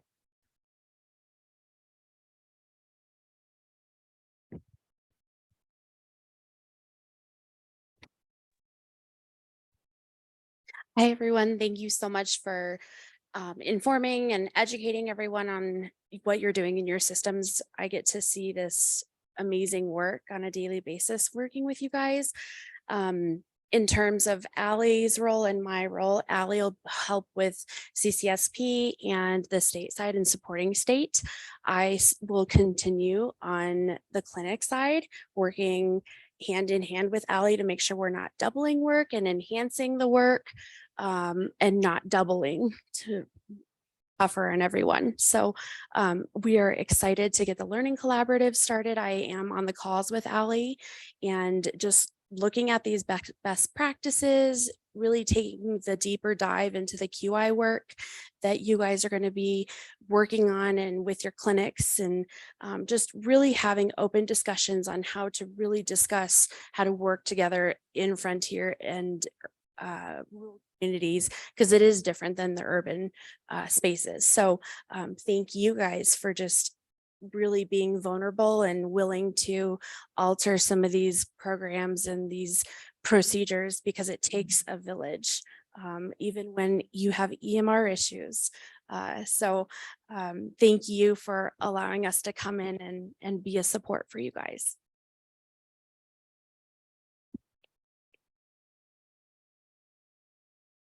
Okay, I think we are going to also have Corey share a little bit just for the wrap up of the coalition And then before we close for today, we'd like everyone to come into the middle of this Coliseum / UN Summit / whatever other pavilion that we call.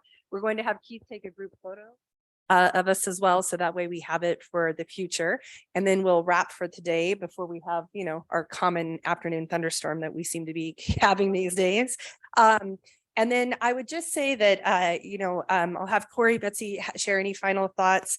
We'll do the group photo. Everyone's, feel free to enjoy the campus. There's also a small cafe over in Ed 1 over here. And then even at the library, there's some really cool art exhibit type pieces and stuff. There's all kinds of, the campus has all kinds of cool stuff, but we will be closing for today. But as Elsa said, with our timeline, we are going to be getting back in touch fairly soon about making sure that we're assessing, really thinking about moving forward, trying to make sure that we get the contracts in place, even though they are going to be very tailored to each group. We want to make sure that we are sending resources out to you guys as quick as possible to really help compensate for the work and to move people forward. In terms of our next in-person meeting, will probably be something maybe in conjunction with the Cancer Coalition meeting next year, which will happen probably in May, spring, not sure.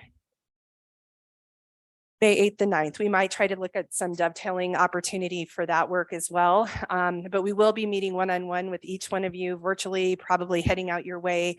We will be hiring 2 new staff who we'll be introducing as well. And then really roll up our sleeves to do a lot of great work together. Elsa, before I pass it to Corey, do you want to say something? Or actually, let me have Corey in to talk, and then we'll have you wrap us.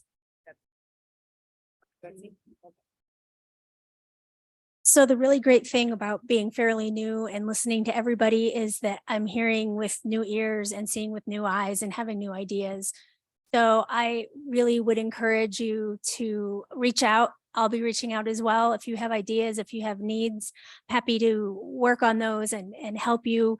I think that there's a lot of things that the coalition task forces may be able to help you all with. We have task forces for almost everything. So we certainly will want to be reaching out.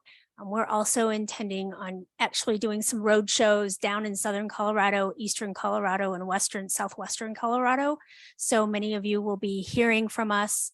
We're also committed to doing more of our meetings down south, not just the I-25 corridor, but also over in Gunnison. Also, we were at Cheyenne Wells last year, but not being so Denver centric, mostly because I don't live in Denver, but also because I think that if we are able to get all of you at more meetings where we're all together, we can make more big strides like we made today in hearing how we can help each other. So our next meeting will be our partnership meeting, which will be July 25th in Colorado Springs. So, and then the one after that, I intend on trying to do in Pueblo or further south. So please, if you don't get our newsletters or any of our information, let me know. I'll get you signed up. We'd love to see you at some of these meetings when we can all sit down together again and do things like this. So thank you very much. Right. And I think to echo Corey's note, I do think this idea of hosting some regional meetings in conjunction with our task forces, coalition, as well as our partners is something we want to do for all the 4 corners. So I know the Cancer Coalition meeting was recently at Salute as well in Northern Colorado, but yeah, so Steamboat, Craig, up to Holyoke, Ray, Yuma, and everybody place in between. I think Western Slope, it's been a while. We haven't gotten, I mean, several of us had made trips that way, but we definitely need to increase that as well. So Elsa, I will have you share a few things. I'm going to grab Keith and we will all go to the center for the photos. So let me grab Keith. And before I have closing thoughts, Betsy, did you want to share anything else? Okay. Sorry, I missed that. I just wanted to thank everyone again for making the trip all the way to Denver from all the way up to 6 hours or coming in yesterday, coming in this morning, very, very early. So thank you. I really hope these conversations were helpful. If there's new questions that are coming up, feel free to reach out to us at any time as you're starting to think about the new year and finishing out this year. And we really do want to just meet you where you're at and not try to make this difficult to meet requirements to participate. We just really want to work towards the goal of helping your communities. But the last things I want to mention before we close out is reminder to fill out your evaluation, please. You can leave it on the table out there or hand it to any of our team members. And then also if you want travel reimbursement, please complete your forms either today and leave with me, or we have an electronic version. You can scan that one and send it to me, or you can I can send you an electronic version too if you don't want to fill it out today. But please get those to us so that we can pay you back for your travel to come out here. So thank you so much, and looking forward to our next conversations over the summer. Thank you, everyone. Yay, picture time.